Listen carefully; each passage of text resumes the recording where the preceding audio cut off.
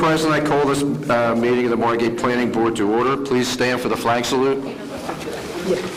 I pledge allegiance to the flag of the United States of America and to the republic for which it stands, one nation, under God, indivisible, with liberty and justice for all. Don't do the roll call.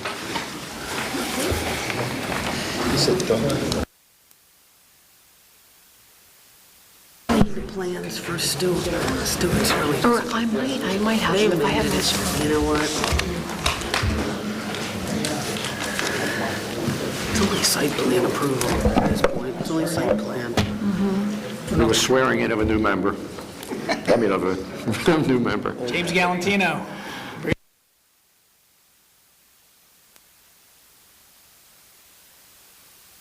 Do solemnly swear or affirm Do solemnly swear and affirm that I will support the Constitution of the United States I will support the Constitution of the United States and the Constitution of the State of New Jersey, and the Constitution of the State of New Jersey. and that I will bear true faith and allegiance I will bear true faith and allegiance to the same and to the governments to the same and to the governments established in the United States and in this state, established in the United States and in this state, and in the state, under the authority of the people, and under the authority of the people.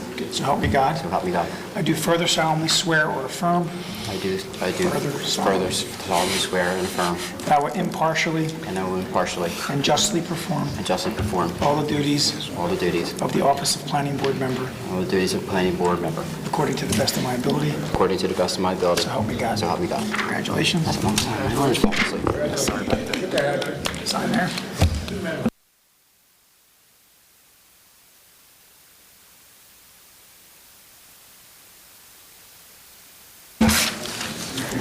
Tom Collins, Here. Clem Wozleski, Michael Richmond, Jim Galantino, Commissioner Tawby. Here. Margaret Gubernalty. Here. Mike Cristaldi. Here. Craig Palmisano. Here. David Carter. Here. Despina Hess. Remy Pelosi. Here. Joe DiGirolamo. Rich Patterson. Here. This meeting is being held in accordance with due public notice thereof and pursuant to the New Jersey State Sunshine Law. Notice of this meeting was advertised in the press, and a copy of same has been posted on the bulletin board in the municipal building. All applicants are hereby advised that should you receive board approval tonight, you must come forward and sign a form which informs you regarding the timing of receiving building permits and mercantile licenses. At the end of your case tonight, please see the board administrator to sign the two information sheets. Do you want to sign her in there? Sure. I swear you in, so you got it.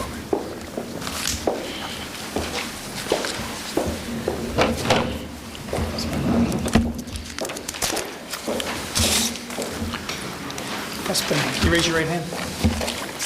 I I, Destiny Hess, do solemnly swear or affirm do solemnly swear or affirm that I will support the Constitution of the United States that I will support the Constitution of the United States and the Constitution of the State of New Jersey, and the Constitution of the State of New Jersey, and that I will bear true faith and that I will bear true faith and allegiance to the same and allegiance to the same, and to the governments established and to the government established in the United States in the United States and in this state, and in the state, under the authority of the people, under the authority of the people, so help me God. so help me God.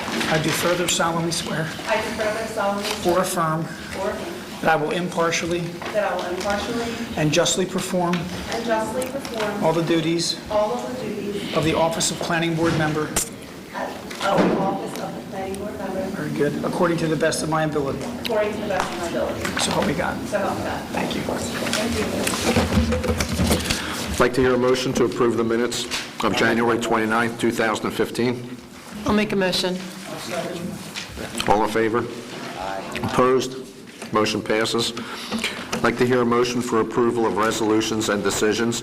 01, 2015, Stanley Bergman as solicitor. 02, 2015, Johanna Casey as secretary administrator. 03, 2015, 2015 meeting dates.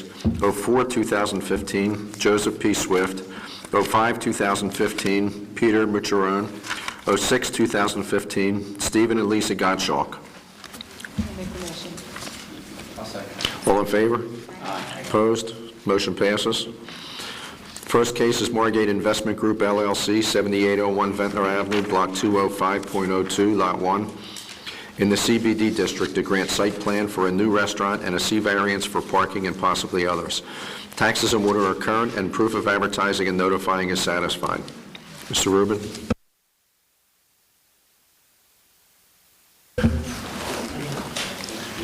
What? Yeah, Mike Cristoli's recusing himself. Mike Richmond has arrived. Despina Hess has arrived. And also, one other announcement before I start on this, I forgot it. At 4:15 today, attorney Nick Talavaccio pulled the Erber case and asked to reschedule for March, which we can do. Tomorrow, he will send us a letter saying he waived statutory requirements and will renotice and advertise. So if anyone's here for the Erber case at 7 South Nassau, that won't be heard tonight. Roger Rubin. Please swear the testimony you're about to give this matter is the truth, the whole truth, and nothing but the truth. Yes, I do. The subject property at the corner of Douglas and Ventnor Avenues, 37.5 feet along Ventnor and 100 feet along Douglas, total area of 3,750 square feet, is the restaurant building formerly known as Stewart's Hamburgers, which is proposed to be upgraded per the application narrative and plans of Ponzio and Peter Weiss Architect. The renovation will keep the existing building, create a 250 square foot addition in the rear, enlarge the second floor office space with balcony above the rear addition, remove the through-the-window service, and provide front access to display cases and 2 patron bathrooms, as well as into the enlarged kitchen. All seating would be outside on a slightly raised side veranda with pergola and retractable awning, and on the front deck. There would be 32 seats, which conforms to the existing total, as well as the last renovation approval in 1993. In that approval, there were 16 inside and 16 outside. This plan calls for no indoor seating, all seats outside, and seasonal operation, May through October. The proposed menu would be breakfast and lunch style, with casual dinner, ice cream, and other summer fare in the evening. The property will be completely handicap accessible. The existing block garage in the rear is to be removed, and a shrub bed and 4-foot-high fence constructed as a buffer to the residence there. That would leave space for the 4-car tandem layout shown on the site plan. Actions required are site plan regarding the site changes and operation, the seating pergola where there was previously at-grade seating, the rear addition and second floor office expansion, the garage removal, and the fence and landscape plan, and all other elements of the site. Comments. All zoning parameters are satisfied and there appear to be no variances. Setbacks are met. Building coverage is 35% compared to the 60% permitted. Height is 21 feet 6 inches above grade, whereas 34 feet is permitted. Parking relates to the previous approval. In 1993, the Planning Board okayed 32 seats with 4 parking spaces. There will be 32 seats here and the same 4 spaces. As our ordinance relates parking obligation to number of seats, and as there are no additional seats over the allowed 32 requested, any previous deficiency is grandfathered. The additional 250 square feet of building space creates no parking requirement because there are no seats. It is argued, perhaps correctly, that since the 1993 approval actually prohibited using the 4 spaces for patrons, and this applicant would allow them, they might be permitted additional seating. Number 2, as always, in site plan matters, the board considers aesthetics, pedestrian and auto circulation, safety, and layout. Land use intensity also relates to the proposed seasonal nature of the business. 3, if approved, it should be conditioned on obtaining city license agreement regarding the Douglas Avenue handicap ramp onto the porch, as well as the landscape strip next to the building on Douglas. Also, perhaps the landscape buffer to the rear house should be upgraded to taller evergreens instead of the 24-inch holly plants proposed, and a higher fence than the 4-foot proposed. 4, approval is to be conditioned upon a satisfaction of all non-waivable city engineer requirements. 5, the rear second-floor deck should be discussed as to why it exists other than possibly as an aesthetic touch.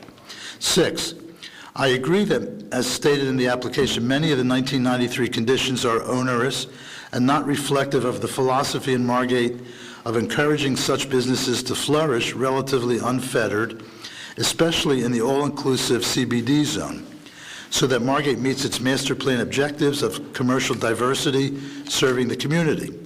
I would suggest that, if approved, all previous conditions be removed and the board consider the following smaller list: installation of a bike rack, possibly in the rear, signage to conform and be approved by the zoning officer, submittal of a rear lighting plan for the building inspector's approval, which shall not create glare or other issues to residences in the rear, and all trash storage and removal to be as required by the city's trash recycle officer. In essence, this upgrade is a modernization and current version of what has always been at this corner. The building will be upgraded visually with stonework, decorative windows, new railings, a pergola design element, and other features to improve the quality of the commercial district. And there is a letter attached from the city engineer, which I referred to. Thank you, Mr. Rubin. Members of the board, my name is Chris Balance, and I represent Margate Investment Group and its principal, Steve Iliadis, who's back there. With respect to the property and application for 7801 Ventnor Avenue, identified in tax map as Lot 1 in Block 205.02, in the commercial known as the former Stewart's Hamburgers, which was then Stewart's Root Beer, which was then Mateo's, and kind of has been kind of sitting defunct for a while, but Mr. Iliadis purchased it recently. He's now the owner, and proposes to reopen Stewart's with a substantial aesthetic upgrade. Property to operate a seasonal restaurant, breakfast, lunch, dinner, light fare, and hopefully kind of invigorate that corner the way it used to be several years ago, with ice cream after dinner, kids, families, outside seating. What Steve proposes to do is have all outside seating, have a rework of the interior space with a small addition to the back, which gives you up-to-date modernized bathrooms, an up-to-date and modernized and more workable kitchen, and just a better interior layout. The proposal really is to come in, order your food, either take a check with a number or have one of the staff bring your food out to you outside. You'll hear from Peter and you'll hear from Art how it'll operate without me saying any more, because they're going to say the exact same.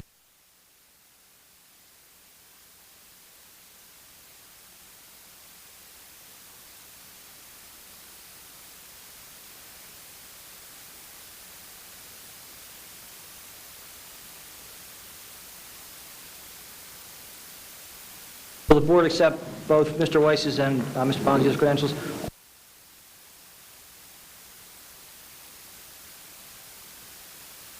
Your office prepared the site plan that's been submitted to the board for their consideration.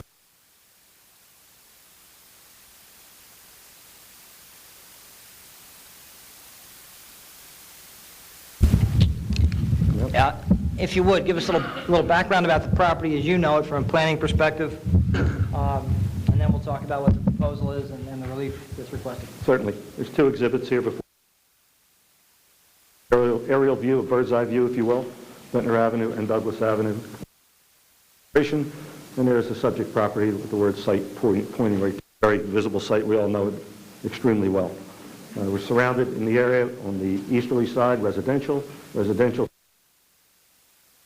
commercial, the Boca restaurant to the westerly side, across the street, restaurant on the corner, and relatively new residential.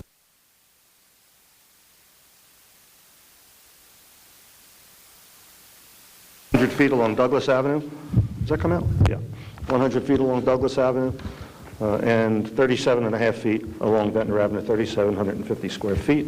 There's one single-story building, as you see it depicted in the shaded area on the building. There's an open parking lot to the rear. Currently, there is a garage right in the rear corner. It doesn't necessarily show in this illustration, but that's where it is located, right there in the extreme northwesterly corner of the site. That garage is proposed to be removed. Mr. Bailenson mentioned a few of the attributes of the project tonight. It's a pretty straightforward project before you. There is a deck in the front of the building. It will be extended to the side wall, the property line at Boca. It will then continue along the westerly side of the building as you see it depicted on the drawing.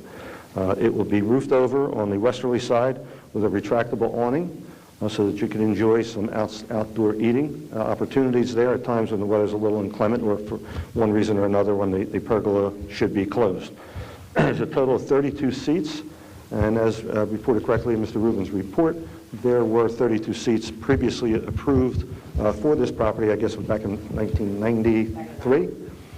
So we're continuing the same amount of seats, which then equates to the parking question that Mr. Rubin identified in his report. We agree with that. There certainly is no variance required for this particular application for parking. Speaking about that, you note also on the rear of the site, we have the opportunity for 4 additional parking spaces now that the garage is being removed. So that's a benefit, obviously, to the project as you see it. We are reestablishing. Yes. At that time, when you obtain a resolution from that approval,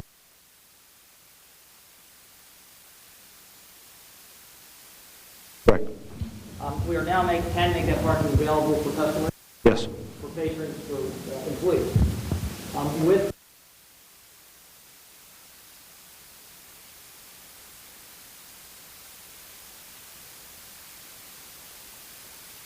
Correct. should Mr. Elias desire, with the addition of the 4 spaces,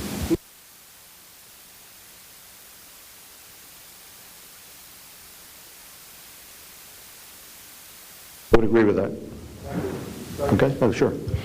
In addition, I mentioned before in the photograph, you saw a residential property to the rear. By the way, it is set back off this picture. It's set back about 12 feet from the property line. It's not right adjacent to the site. But we have an opportunity, and the dimensions lay out such that we can put a planted buffer. We can place a planted buffer back there. There was a comment in Mr. Rubin's report. I looked at that again tonight. You're correct. In the fact that we're trying to create a buffer and some aesthetic to the property, because as you can see, it's essentially mostly covered, we should elevate the height of those, and that's something we can talk about tonight. And change those from a lower, a holly, which is what was proposed, to something perhaps a little taller, and a arborvitae or something of that nature, as well as the fence that marks the property line between the 2 sites, so that we could elevate that to an appropriate dimension. We can talk about that tonight. Mr. Rubin, I'm sorry, there used to be a provision in the ordinance when you had a zoning boundary between residential and commercial, you were allowed to have a 6-foot fence. I don't think that made it into No, the 2004 revision. it didn't make it into the latest revisions, but by rights, you can have a 5-foot fence. We would like to request the opportunity to go to a 6-foot. 6 Get foot. out there, establish it, and check it out. That would be a variant. That would be a variance. A C variance, yeah. We'd like to do that option open. I don't know what Steve wants to do, but it'll be 5 or 6, if that's okay. Can I ask a question now? I didn't follow the seating thing. Are you asking now for 12 additional seats? No, we're not asking for 12 additional seats. We are suggesting that 12 additional seats, should we want to put them in, are available to us as a result of being able to provide previously available 1 second. Well, that leaves us to, we could restrict you to 32 seats tonight then. Why would that be? Sorry? 32 are grandfathered. With no parking, you have 32. I understand they're grandfathered, and then we could, I'm just saying we could do that. Well, here's how I would weigh in on that, and I was at that hearing in 1993. I believe the reason for the chaining off was that neighbors appeared and did not want to have cars coming in and out. And I think maybe the thought was that those 4 spaces would be used by employees or the owner of the property. I don't know if they actually were, but they weren't prohibited from being used as parking, just prohibited from being used for patrons. But the board could still... If you look at the resolution, it actually says it's to be chained off.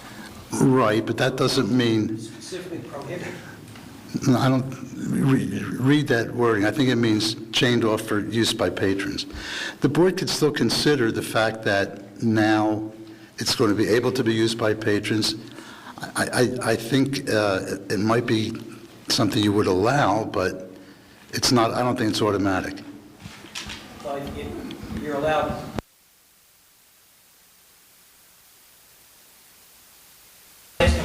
Because your grandfather with so many, you're short 50 spaces or whatever that you're grandfathered in, would we want you, because you're adding one space, to be allowed to add more seats? I'm not objecting it, I'm saying is that's the first thing that comes to my mind.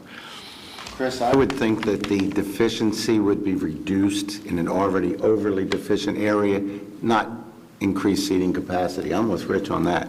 I don't think that the door is there. I just don't understand what... And even though it was chained off, like Roger said, they were still parking spots. We're not tearing a building down and making parking. So you're trying to lay a foundation that if he wants to increase, he could do it by right. I don't agree with that. I would agree with what Rich says. Okay, and the board can handle that however they like. Do you have it here? Can you read the wording? Hey, Chris, I'm reading the prior resolution. Variances were granted, and my question is that, being that I wasn't there in 1993, like Roger, but it looked like there was some conditions set forth, and I would assume that they were related to the variance request, so. There were like 30 Right. conditions related. Well, right, so that's my point. I think they were conditioned on granting the variances. Right. So now the variances are grandfathered, they still exist, and do you understand what I'm trying to say? Like I said, I don't want to make this take any longer than it really needs to. And nobody does, it's just a matter of, I figured if I'm providing parking where none was previously provided, that if I wanted to add seats consistent with those spaces, that would be allowed under the ordinance. If you're telling me that you're going to overrule that, I'm not going to deal. Okay. I think I hear you. Go ahead. One other element of the site plan that I think is important to mention. We're making the building barrier-free, so it's accessible for handicapped folks. There'll be a ramp installed, we're proposing, within the right-of-way of Douglas Avenue. If the board sees fit to approve the application, we would also ask for the board to provide a recommendation to the city commissioners to grant a license for us to build, our client to build that ramp in the public right-of-way. Secondly, there's a landscape strip, again, just to beautify the edge of the building, make it nice and pedestrian-friendly, if you will, walking along Douglas Avenue. That would also be placed within the public right-of-way, so the license area would be extended to the end of the building, the northerly end of the building, to allow us to install and maintain that landscaping in perpetuity. All I have on the site, Chris. Aside from the parking issue, it's a variance-free application. Yes, it is. It is a permitted use in the CBD zone. It certainly is. The site, as Mr. Rubin points out, is otherwise appropriate for site plan approval. Yes. I have provided prior resolution to all the board members in the application, and aside from the one driveway wants to maintain, we agree with that. We would like relief, if the board would so consider it, from all those prior conditions. And it was fairly difficult back then to control, Rich, to control how restaurants operated and things. Was Clem in charge back then? No, he wouldn't be there. No, this building would never look like it. It would want that.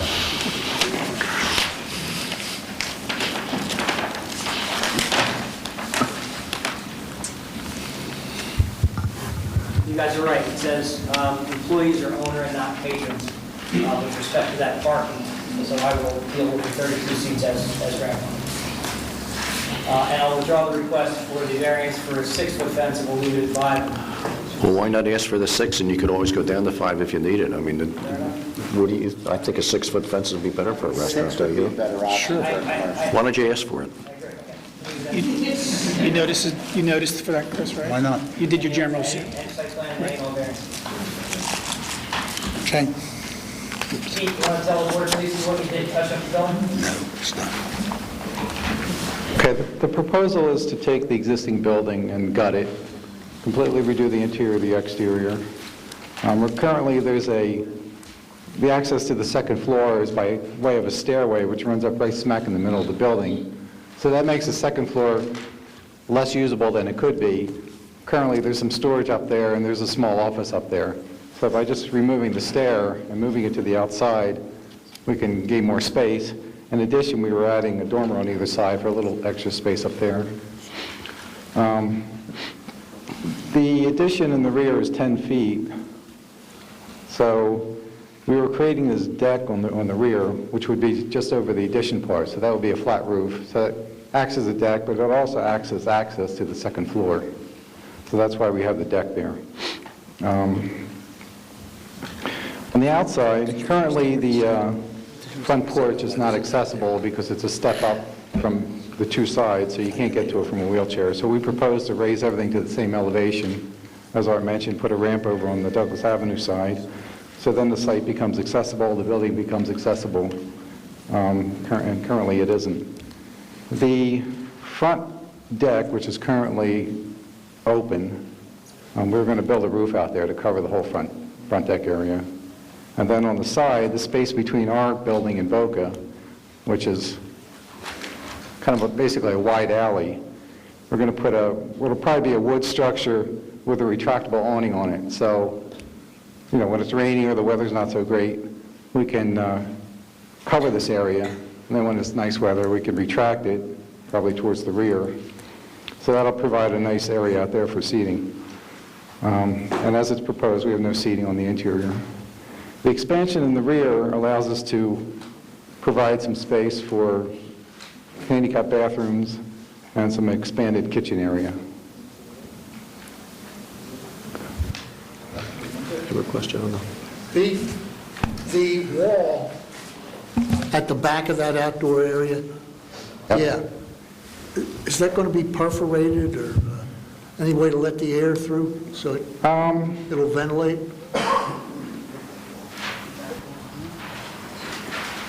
We didn't really plan to do that. I can't I understand. said we didn't plan to do that? No. What do you think, is like just for airflow in there? Yeah, if you pull the awning over, you're going to have a dead end. The air's going to not move through there.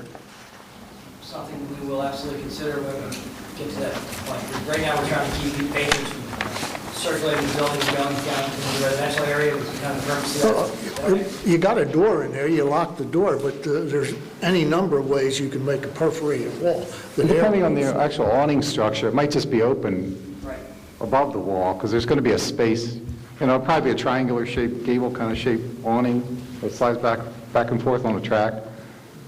So, I mean, potentially there's, you know, it'll just be open on the end, as it were. You still want to move as much air through there as you can. Yeah, I agree. Yeah.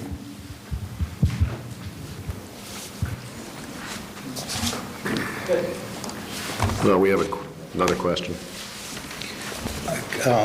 I didn't understand your explanation of why there's a second floor deck in the rear. Would you? Provides a landing to use the door into the second floor. It's basically access to the second floor, since we're removing the stair that's there now. There's no interior way to get to the second floor? Correct.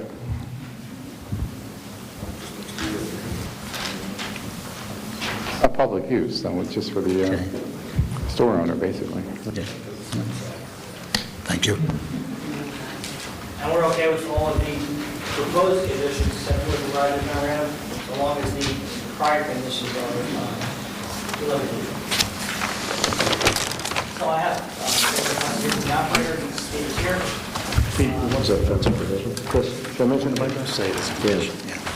Chris, that perforated fence will be a condition? The wall. The wall, like, It's going to be a structure, it's not going to be a supporting wall, but it's not going to be a fence, it's going to be a wall. oh, it's not a fence, It's not a fence, it's a wall. It's a wall. a block wall? Yes, to create a dining area. Oh. Yeah, but It's not going to be solid from top to bottom, I can assure you of that. It's not going to enclose it for everybody who has to so you agree there should be holes in the wall? We will provide for airflow Okay. through that back area, yes.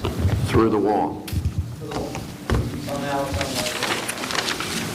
One small, we've got the option how to do it the best way. Right. one small comment. Mr. Rubin mentioned the possibility of a bike rack. We'll discuss this with the applicant, and we can easily fit one right in that location, so we would do that. We'll add that to the site plan. Thank you.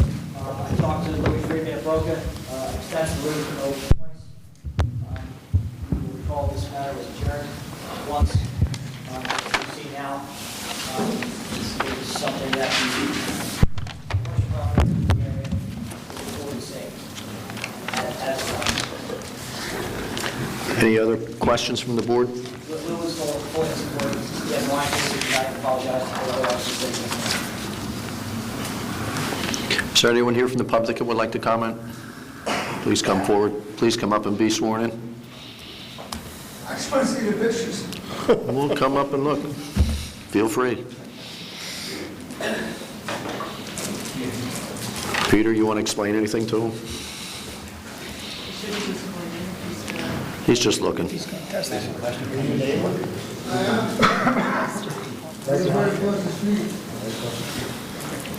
Greg, he can't answer any questions until he's sworn in, so please.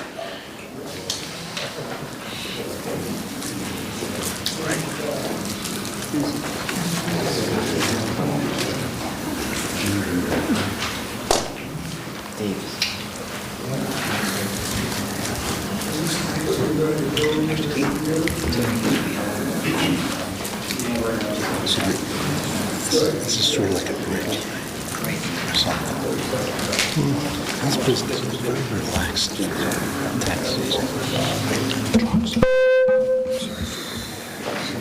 Take them in the back and show it. The habitable side, the non-tourist side, you mean? No problem if you disappear. No problem, just want to disappear. Yeah, but they don't end up showing up there. I'm sworn in. Okay, state your full name. Jack Levin. Levin. And how much address? 1 North Douglas. Now, raise your hand. Swear the testimony about the matter you receive from the church. And I will speak of that. Okay, thank you. Can you please use the microphone? I noticed in the pictures you have a walk-in box in the back after the addition. I was wondering if anything could be done aesthetically to hide a freezer in the back of the property, which I'm looking at. You're on the corner? One. And you're on the corner? No. He's, I'm right here. One down. That's one. Huh? This is one, I mean, that's... We can strain it from the sidewalk view. Was it lattice screen or something like that from the sidewalk view? I just think that, that brings down the neighborhood, looking at a freezer out there all day long. well, they said they'll put up some lattice work in front of it. You're also going to have a much nicer looking building than what was there before, too, so Oh, it was nice 19 years ago. it's going to be nice again. Yeah, things get old. 19 years. That's why we're there. That's why I'm even getting older. That's why we're here. Right. Yeah, from the view from Douglas Avenue, as you walk the sidewalk, there's a lattice screening on that. Thank you. I have nothing further, Mr. Chairman. Oh, it's your wife, Joe. You're not. Anyone else from the public? Public portion is closed. Nothing further? Nothing further? Jay? Make a motion? Well, wait a minute. We've got it, is there a, Roger, you want to read the conditions? And Sure, yeah. First of all, they've revised the application to request a variance for a 6-foot fence. So revised plans have to show the 6-foot fence. Can we just submit a letter attached to these plans rather than have to go through the cost and expense of revising plans just for an additional firm fence? Mr. Ponzi already Yeah. said he was doing it for the bike rack. Well, we're going to need the bike rack, we're going to need the fence, we're going to need the change to the arborvitae's along that hedgerow. There's kind of a few things now, yeah. If approved, conditional city license agreements regarding the handicap ramp and the landscape strip along Douglas. Revised plans showing the upgrade of the buffer strip to arborvitae's and a 6-foot fence to the neighbor in the rear. A satisfaction of any non-waivable conditions of the city engineer. City engineer has to approve the plans.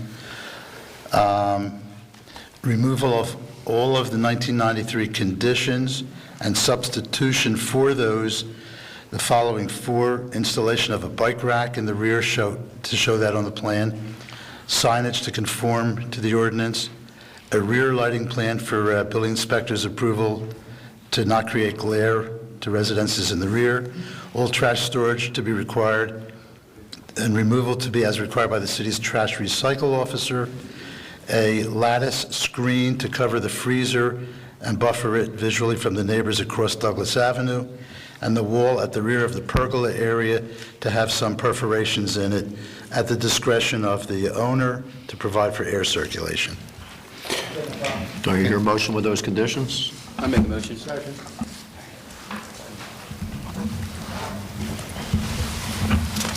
Tom Collins. I vote in favor of the application. I think that this is going to be a nice improvement to the neighborhood. I think it's a modest request, and I think it's going to go a long way to building back our commercial end of the city. Clem Wozleski. When I was a kid, working at Stewart's Hamburger Stand was the premier summer job. I never got it. It's nice to see a bit of old Margate being preserved. I vote yes. Mike Richmond. Yeah, I think it'll be an improvement to the neighborhood, and I'm going to vote yes. Jim Galantino. I think the site plan is pretty well done, and I vote yes. Commissioner Tawley. I too vote in favor of the project. Margaret Gubernalty. I vote in favor of the project. I think it's an improvement and an upgrade to the area. Craig Palmisano. I agree with the other board members, and it's overdue. I vote yes. David Carter. I vote in favor of the application, and I think it's a tremendous improvement. Rich Patterson. I also vote in favor and think it's a nice plan and nice for the neighborhood. The application passes 9-0. Next case is Lawrence A. Reich, 4 South Quincy Avenue, Block 118, Lot 10, in the S60 District, to grant C variances for rear setback for elevating existing rear yard deck to 39 inches above grade. Taxes and water are current. Proof of advertising and notifying is satisfied.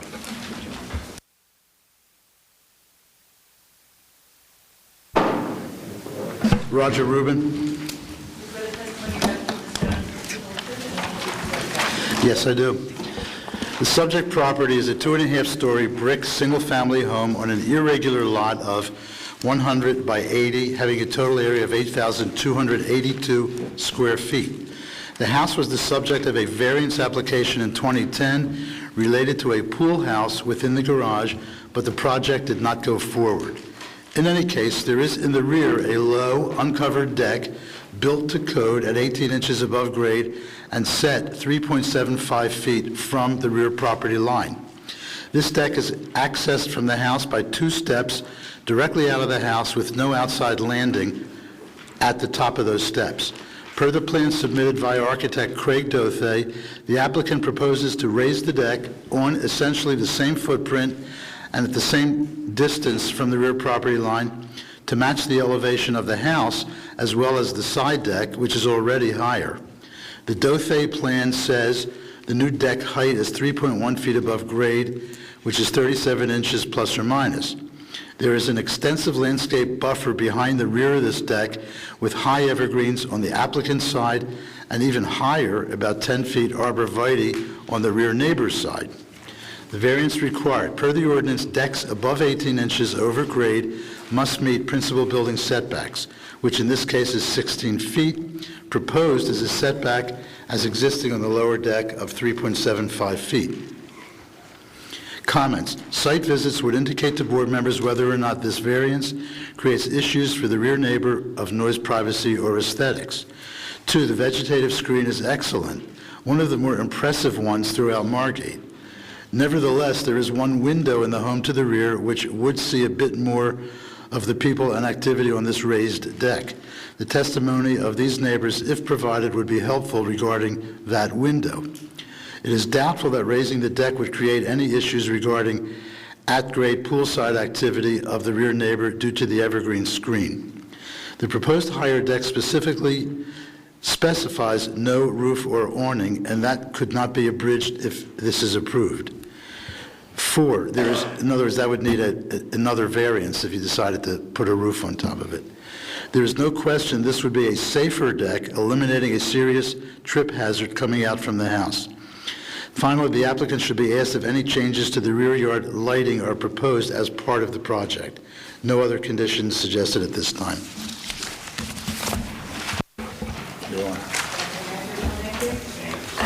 Could you talk into the microphone, please?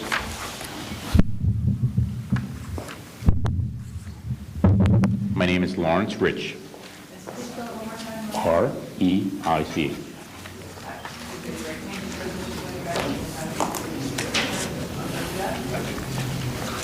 Ladies and gentlemen of the board, thank you for hearing our application for a variance. My wife's house at 4 South Quincy. We've been living there for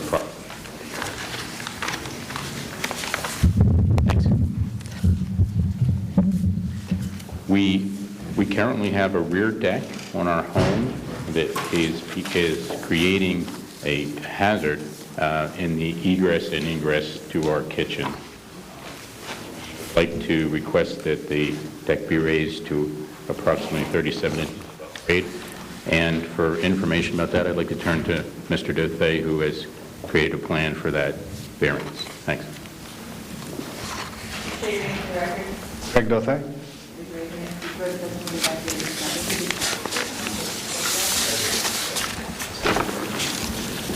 Take the microphone with you, please.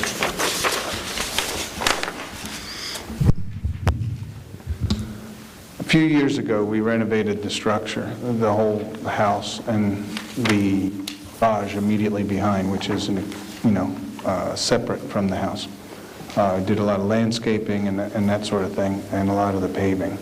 At the time, we went to zoning for the deck to be up a little higher and the swimming pool to be located there. And as Roger has stated in his report, none of that was built, because the truth is there's still an ocean very close by, and just going through the whole process of putting in a pool just isn't worth it when you live 1 block off the beach. So the rest of the house was renovated and created into something really spectacular. The deck itself was as the neighbor's request from immediately behind before they started to do their pool landscaping across the back. They had requested that the deck not be built up the way we originally had planned.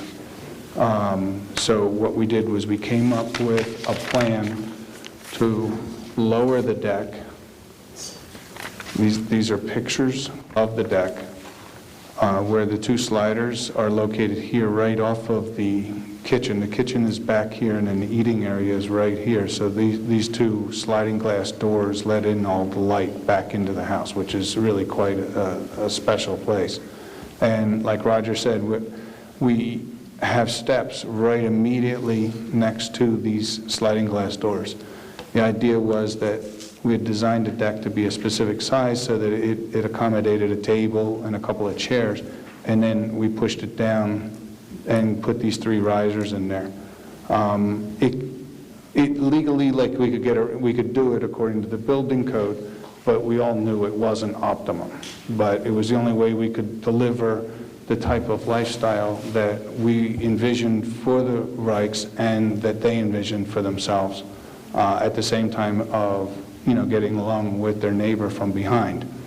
One of the conditions, I believe, at the time was for us to plant this landscaping across the back. And it is interesting. I know when you sit on the board and when we do plans, we come up with these ideas of we're going to put bushes up and we're going to put some grass out there. It's going to make it all great, and it's going to provide a beautiful screen between neighbors and make the whole situation work well. You go back a couple years later and the plants are dead, there's no grass left, they've been parking cars all over the place. I mean, I'm sure you know exactly what I mean, because sometimes, we have the best of intentions and it doesn't necessarily work out that way.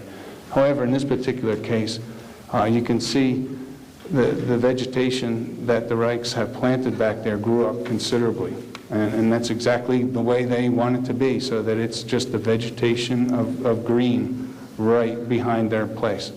The neighbor immediately behind put in even larger trees. So this is basically just a wall of green right across the back.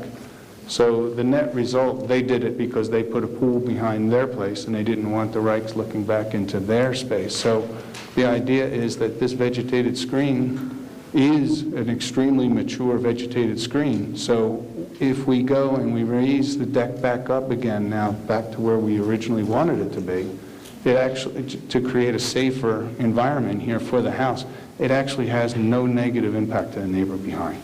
And this is one of the rare times I believe that that's actually true, you know, that it wouldn't be a problem at all.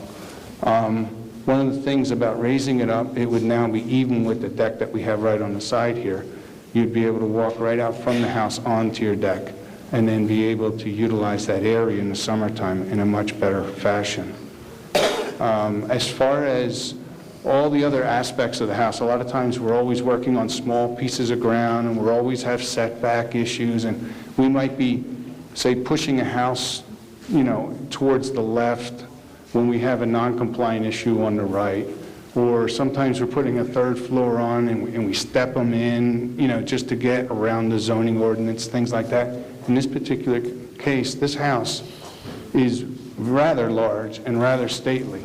These are the elevations of the house itself. So this is a very impressive, nice colonial house that has been tuned up, and so all the details have been put back on the house the way it should have been. A couple of years ago we did that.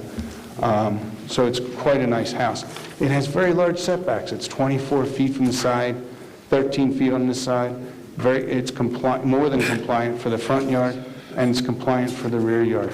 The lot coverage is good. The building coverage is good, that sort of thing. As far as parking is concerned, you know, I think the requirement is 3 cars parking. We have 5 cars parking. So it's a very unusual site plan that way. Now it's the only thing we're talking about is rear yard setback here for the deck itself, so that we can make a safer environment by just pulling the deck up, making it even with the house, so we eliminate a safety hazard, and that's it. I know the Reichs have spoken to the neighbors behind, and that's the reason we're here today, is because the neighbor behind had stated that, you know, he was comfortable with it. Roger had talked about a window, and I know that's always one of the issues that we're always concerned about. I don't have a very good shot of it, but right back here, there's a window up on the second floor, and I'm told that that's their bathroom. It's not like it's a living room where you're sitting in front of a large picture window, or it's a bedroom where sound would be a problem. It's a bathroom window. So as windows go, and whether or not we would be creating a lesser environment for them, I think the fact that it's a bathroom window means that, you know, it's almost a moot point. And that's pretty much it. Any questions from the board? Is there anyone here from the public that would like to speak?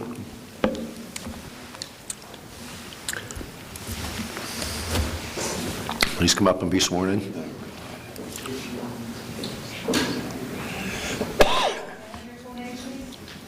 Mark Arbeit. A-R-B-E-I-T. Home address, please. 3 South Rumson Avenue, Margate, New Jersey. Please raise your right hand. You swear testimony you're about to give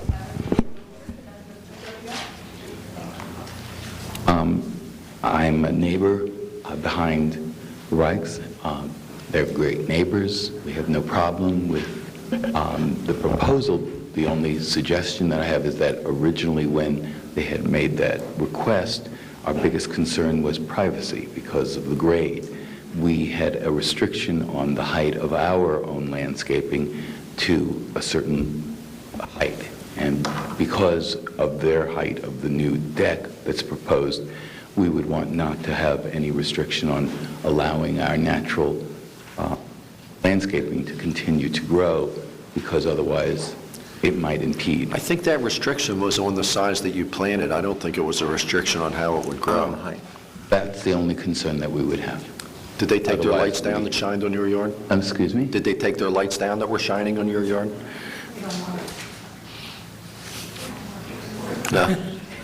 I haven't noticed them lately. Take them down, it's just That was your concern when you came? It was, Right. yes, absolutely. All right. Thank you.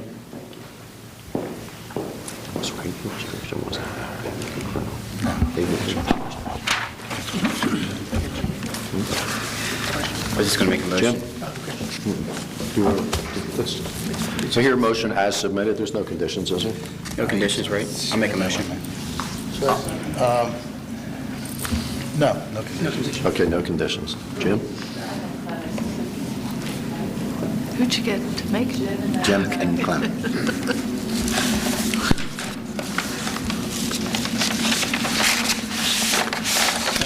Tom Collins. I vote in favor of the application. I think this is a very de minimis request for a variance. Aesthetically and for safety reasons, I think it's a major improvement to the property and to the lifestyle of the homeowners. Clem Osleski. When I first saw this property come on the agenda, I was terrified they were going to try to rip down this fine old house and put up 2 cracker boxes. I see no negative impact on any of the neighbors. I vote yes. Mike Richmond.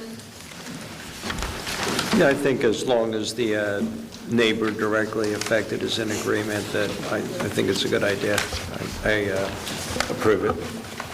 Jim Galantino. Clem, if you had seen how much money and work they put into their house in the last couple of years, you would have known why they saved that house. It was a major overhaul, and I'm glad to see they kept the house. I was afraid they were originally going to tear it down about 3 years ago, but they kept it, and it's beautiful, and I vote yes. Commissioner Tawby. It's a lovely home. I vote in favor of the application. I understand the safety issue, and if Mr. Albright is okay with it, I am okay with it, so I vote in favor. Margaret Gubernalty. I vote in favor of the application, certainly for the safety issue, and if it does not interfere with the neighbors, then I'm okay with that. Rich Patterson. I also vote in favor for exactly what Mrs. Gubernaldi said. Application passes 7-0. Larry, will you please come sign?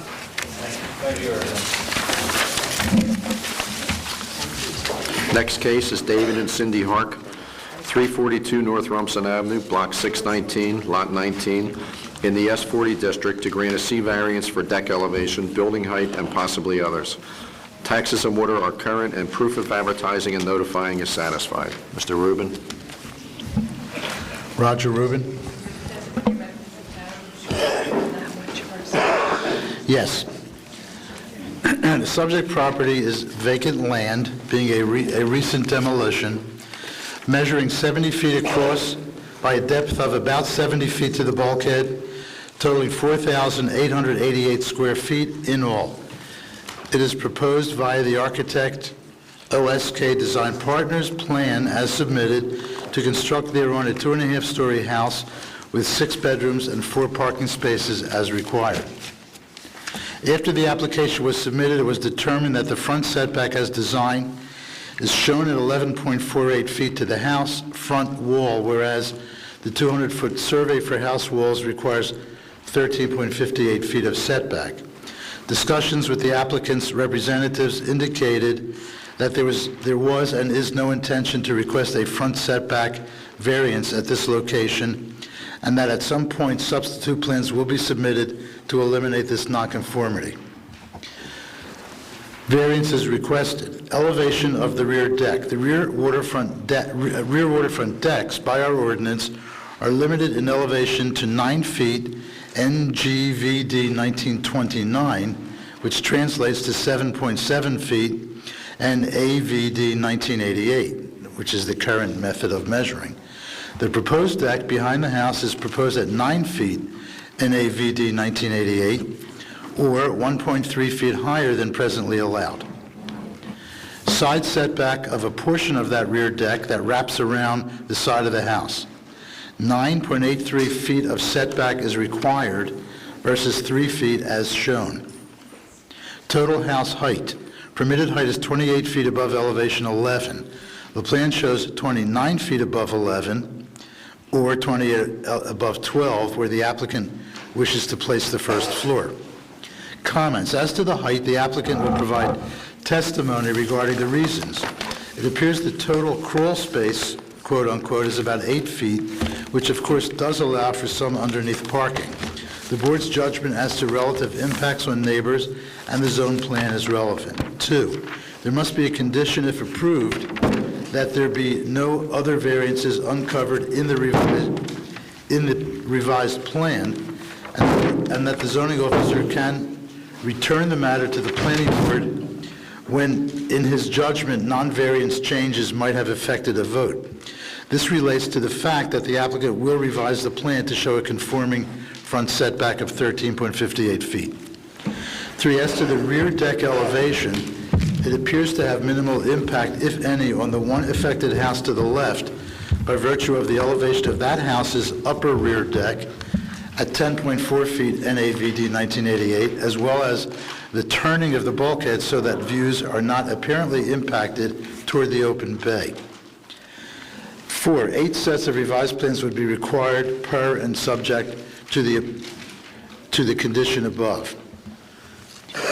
These plans should also clarify the total lot landscape calculation of 1,711 square feet and 35% in consideration of the large portion of the lawns covered with large stepping stones. Is the calculation inclusive or exclusive of the stepping stones? And maybe we'll get testimony on that today. 5, also the plans submitted in the zoning schedule on sheet VA1 show reference to notes A, B, C, D, and E, but I wasn't able to find the notes, so maybe either remove them or explain them or whatever. That's it. Thank you, Mr. Rubin, members of the board. Sure. My name is Chris Balance, and I represent David and Cindy Hart. With respect to the property, they own Avenue on the canal. The proposal this evening is to construct a new single-family home at the property. Variance is being required for, we'll call it a height variance, but it's really to raise the first floor elevation by 1 foot to be at 9 plus 3 instead of 9 plus 2 as provided. That really is for nothing more than flood protection. It doesn't provide any additional living space. It doesn't provide any additional ceiling height. All it does is provide additional space off of grade, flood protection for utilities for the most part.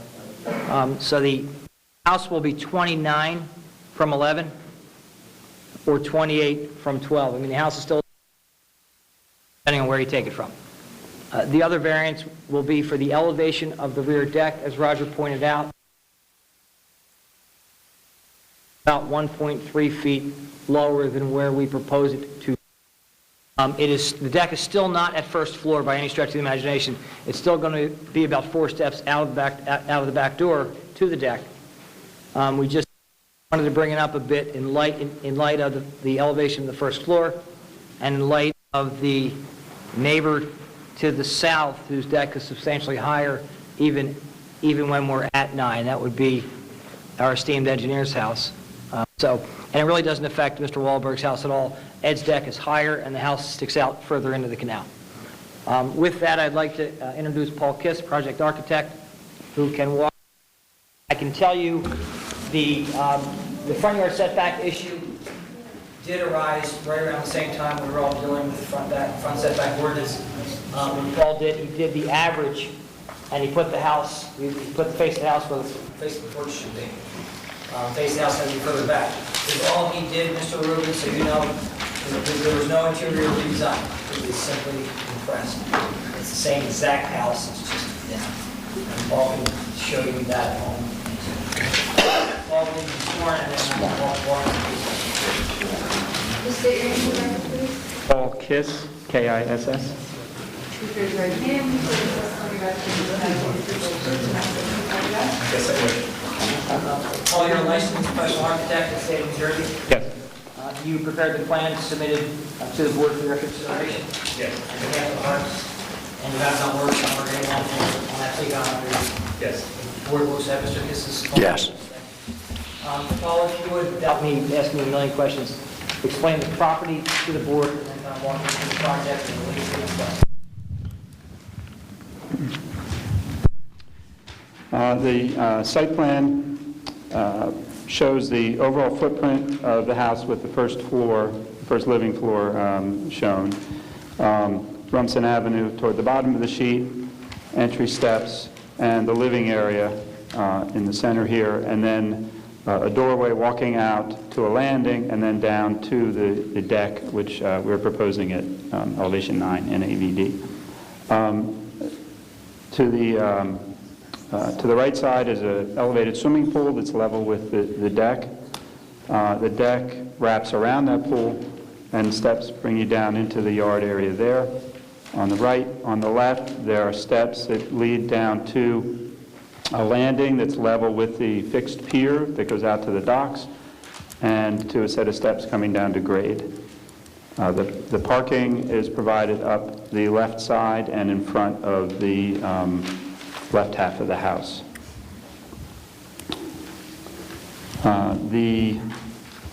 I'll refer to the elevation now, the front elevation that was submitted, and it shows the overall building height measured from elevation 12 of 28 feet.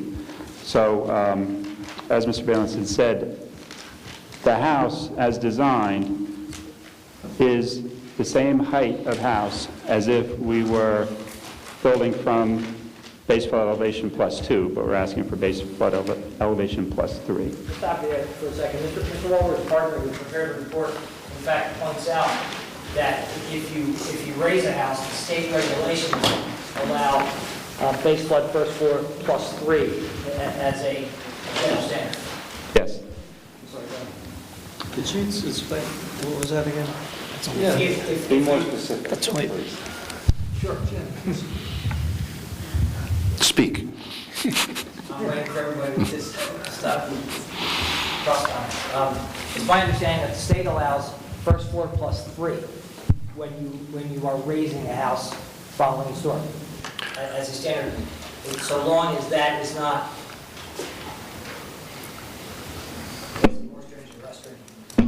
that municipal standard. Well, let me explain what went on when we were discussing and modifying what we did when we made it +2. Unless you were in the 8-foot area, it was +3. Questions came up about one-story houses, and originally it was thought that they had to keep their elevation at 11, and that was wrong. You could raise your elevation to whatever you wanted as long as it wasn't over 28 feet over 11. I understand. I mean, my house alone was 29 feet over, so I cut the roof pitch. The house across the street, she wanted to park underneath of it, so she cut the attic out of it. I mean, the object isn't just the fact that it's 28 feet of a house, but it's the height of the house and the bulk of the house. I can throw that out there to say it's not a request that is so far out left field that we would bring here for consideration.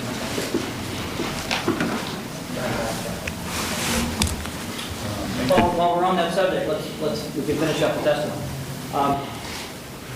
What was the dates that you asked to do with respect to the first floor and height, and how do we arrive at the request of the ladies? They asked me to design a house that conforms with the ordinance, but they desire to build the house higher for flood protection primarily. Did you agree with that that is a reasonable request made in this area? Yes. And why would that be? I think based on the storms and the increasing potential for worse storms and higher tides, it's a reasonable request to want to build 3 feet higher. Many towns I do work in have amended their ordinance to be base flood +3 feet. And we considered it and made it base flood +2, unless it was 8. Now remember, the 11-foot is also 1.25 feet higher than the old 11-foot. The additional foot from grade, does that provide the Harps to be able to do anything more in that area than had the first floor been 11? The height underneath, I can speak to that. Mr. Rubin's letter says about 8 feet.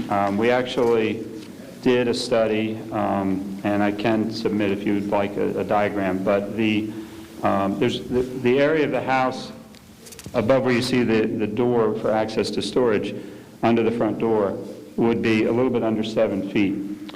The rest of the first floor is a foot lower, and so it would be under 6 feet under the house.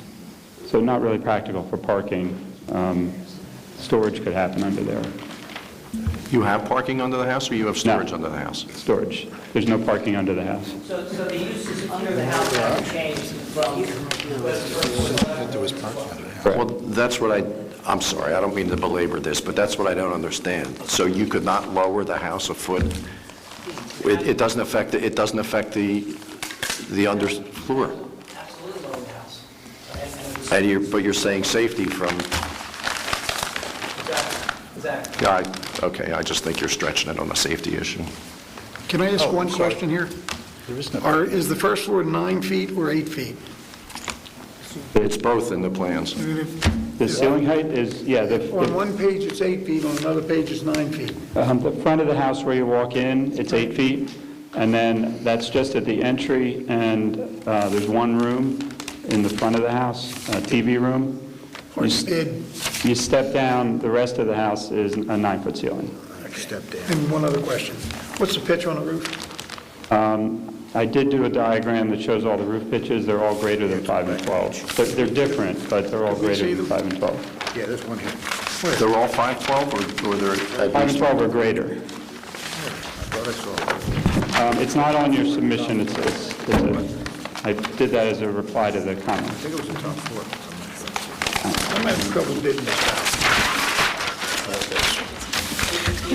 Does that mean roof pitches here? 7.5, 8.5. That obviously doesn't provide an additional living space inside. No, it does not. And the additional height, It doesn't give you a pitch, just I need a pitch. it's just 12 inches across the ridge, is that right? Correct. Are you showing the mechanical wall in the crawl space or in the ground level area? No, Not hanging any mechanicals on the first floor? no. Chris, I understand the state rules are that base plus 3 is for non-conforming properties, has nothing to do with new construction? I'm not aware of that. No, that's what I said. I said to raise a house Right. that was damaged in the storm. I thought Right. I said that. I wasn't Okay. suggesting for new construction. Okay. Chris, from a design perspective, or maybe I should ask the architect, is there any way to change the roof pitch just a little bit so that you can reduce that? What is the roof pitch on the main roof that is parallel to North Avenue? Would that make the third floor uninhabitable if you lower the roof? I can't tell you. Yes. Can we trim the height by changing the pitch? If it's a moderate or modest change to the pitch? Well, the pitch of the gables facing the street are at 5 and 12. So they can't be lowered without going below 5 and 12. Without relief from the board? Correct.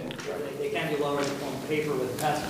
Well, they can, but that would affect the living space on the third floor. that wouldn't affect the height of the building, it's the roof across the back that's the... Yeah, the main ridge running parallel.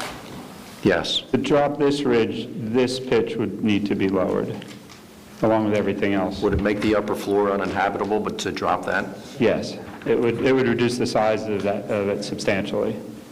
How would they go that? Well, as Ceiling height or size of habitable area? both. Yeah, if this pitch lowers, everything just gets too low. What would the ceiling height be along that main ridge if you change the pitch? Can you tell? It would be 7 feet at the ridge. and then progressively lower than that. 7 foot at the top of it. Yeah. Yeah, I mean, it's, that would be impractical to lower it. I have no objection to the third floor. I just don't see why the whole house can't be lowered a foot. At 7, Mike? If the ridge is at 7, you're not going to get 7 in the room for Jim to say, okay, well, Right. no, you can't. No, that's my point, is I don't think it is practical. I couldn't tell from your roof design, but Let's please speak to the rear deck and the design of that and the elevation of it as well. Explain to the board the reason for I touched upon it, the reason for the increase in the elevation of that deck, how it's back. Coming out of the house, there are 4 steps down to the rear deck. One of the issues in designing the house on this particular lot is the depth of the lot. It's got a pretty large front yard setback, and if you look up and down, it's kind of in a narrow portion of the street. So to fit everything in the space, it was very constrained, very tight. So even just to get from the height of the house down to the deck requires a lot of steps. We really wanted to avoid a situation like the last application where you're coming right out of a door down a number of steps. So we create a landing and some steps. To lower this 1.3 feet would require 2 more steps, and it creates an unsafe situation. I want to point out the house itself,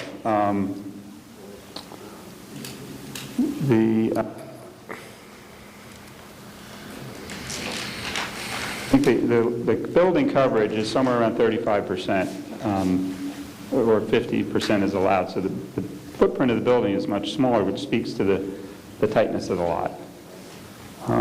And so to get that deck somewhere midway between the ground, which is particularly low in this area, and the living floor is why we're looking to do that.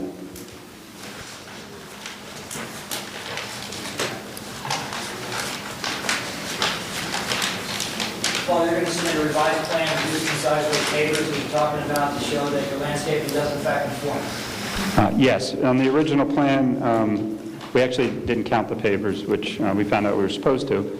So we showed narrower pavers. That combined with the fact that we took 2 feet out of the building, we added the pavers into the coverage calculation or took them out of the green space calculation and conformed. Okay. We'll submit a revised plan that shows that. And then one more question with respect to the deck. Does the deck elevation in any way affect the neighbor, in your opinion, on the beach side? With the wall?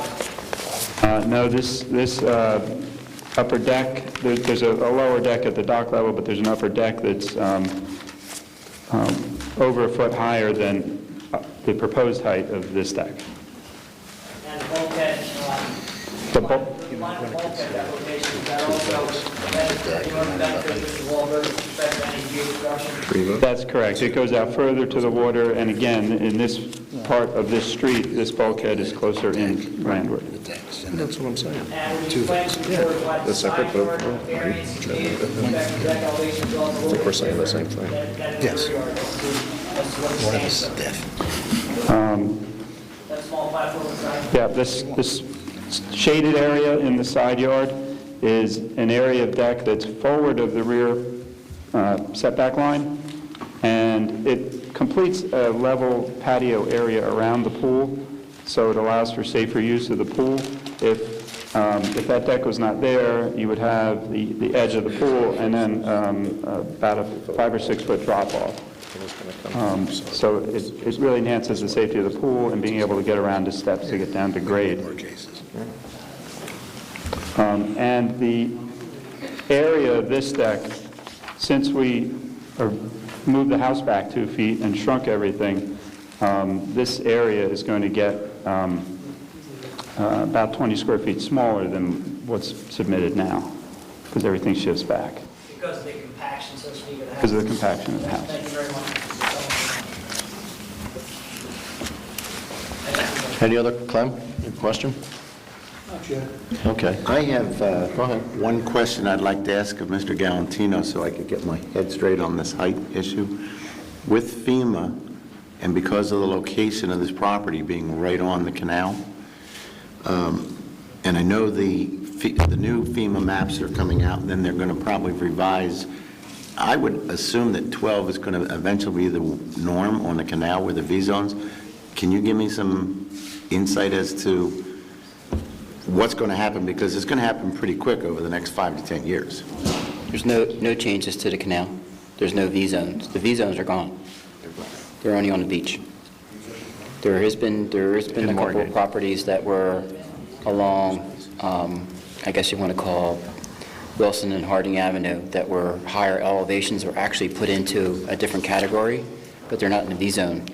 They took them out of the AE9 and actually made them AE10 and made them AE9s.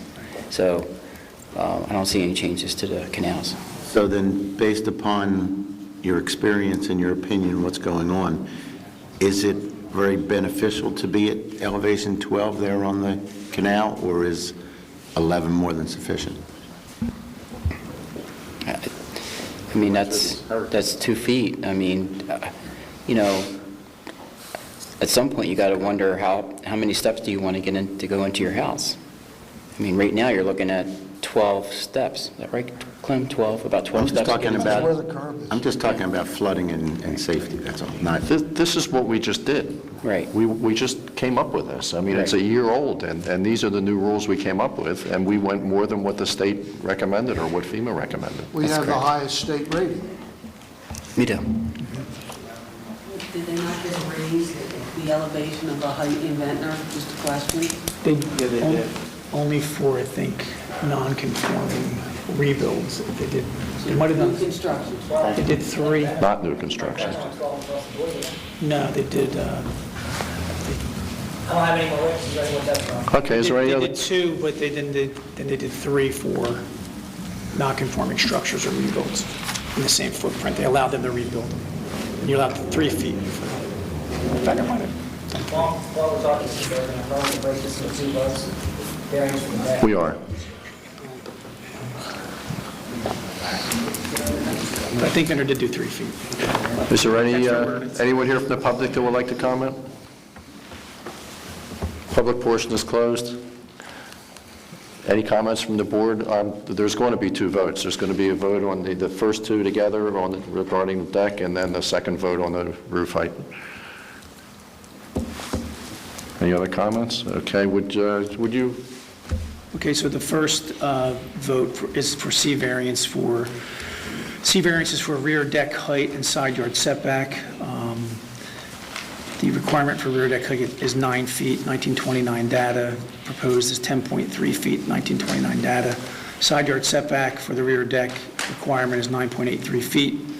Proposed is 3 feet. So that would be a motion for C variance approval for those 2 items. I don't think Is there any conditions on that? Yeah, we should include the conditions, presenting the plans that show the conforming front wall setback at 13.58 feet, showing the site plan changes and the recertification of the full 35% landscaping, and removal of those stray notes A, B, C, D, and E. White out. Do you want to explain this? Yeah, I'll do it. Mr. Patterson, Mr. Yes. Bergman, if the ordinance changes with respect to deck height in relation to the first floor, the fact that we requested variance for this relief did not preclude Mr. Hart from modifying his plan to raise it should it change in the near future. Yes. Yeah, If the ordinance changes. if it changes Yes. for the construction, then Oh, yeah. I'll make that motion. I'll second. 2 votes. Deck. be 7 votes. Tom Collins? As far as the decks go, I vote in favor of the applicant's request for the variances. I think they're de minimis. I think the property that they're going to put up is going to be a positive for the neighborhood. I don't see any negatives for the neighborhood, and I don't see it interfering with any neighbors, so I vote in favor of them. Mike Richmond?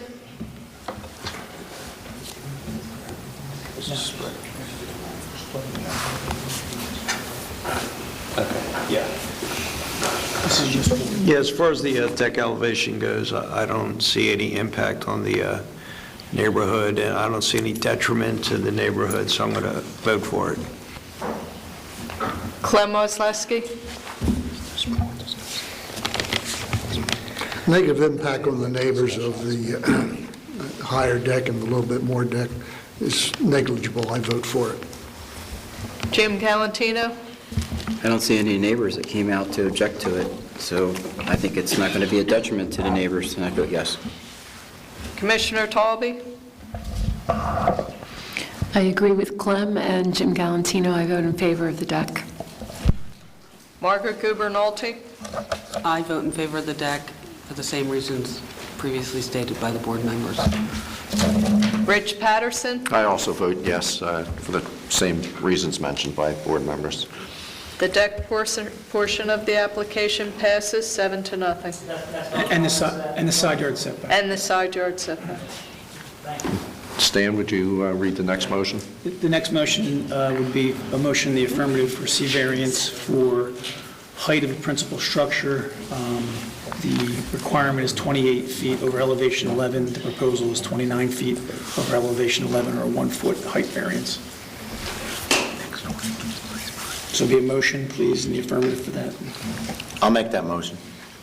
I'll second. 7 votes. Tom Collins. This is a tough one for me, because if I was going to spend all that money to build this beautiful house on the bay in that area, I would probably want to set it up at 12 too, but I just think that it's just not the right time or place to do it, and I can't vote for it. I vote no. Clem Osleski. The present city regulations relative to floor height have gotten us the highest state rating for such things that we can get. So if the experts think it's adequate, I'm certainly not going to disagree with them. I vote no for the height variance. Mike Richmond. I think even though you're on the bay, you're in the canal, if you were facing the bay, I would think a little differently about it. You're still going to have a very nice sized crawl space. So in keeping with the zoning regulations, I'm going to vote no.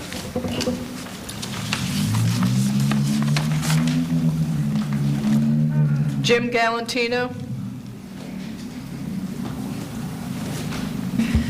I really didn't feel that the argument was substantial enough to give him the 1 foot, so I'm going to vote no. Commissioner Talby. I agree with the rest of our board. I vote no. Margaret Gubernalty. I vote no as well for the same reasons as stated by Mr. Richmond. Rich Patterson. I also vote no for the same reasons. The roof height portion of the variance goes down 0 to 7.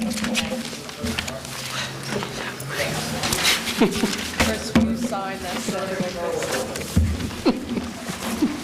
Couldn't even take a break. Take it. Take a 5-minute break. Yeah, okay, 5-minute break, please.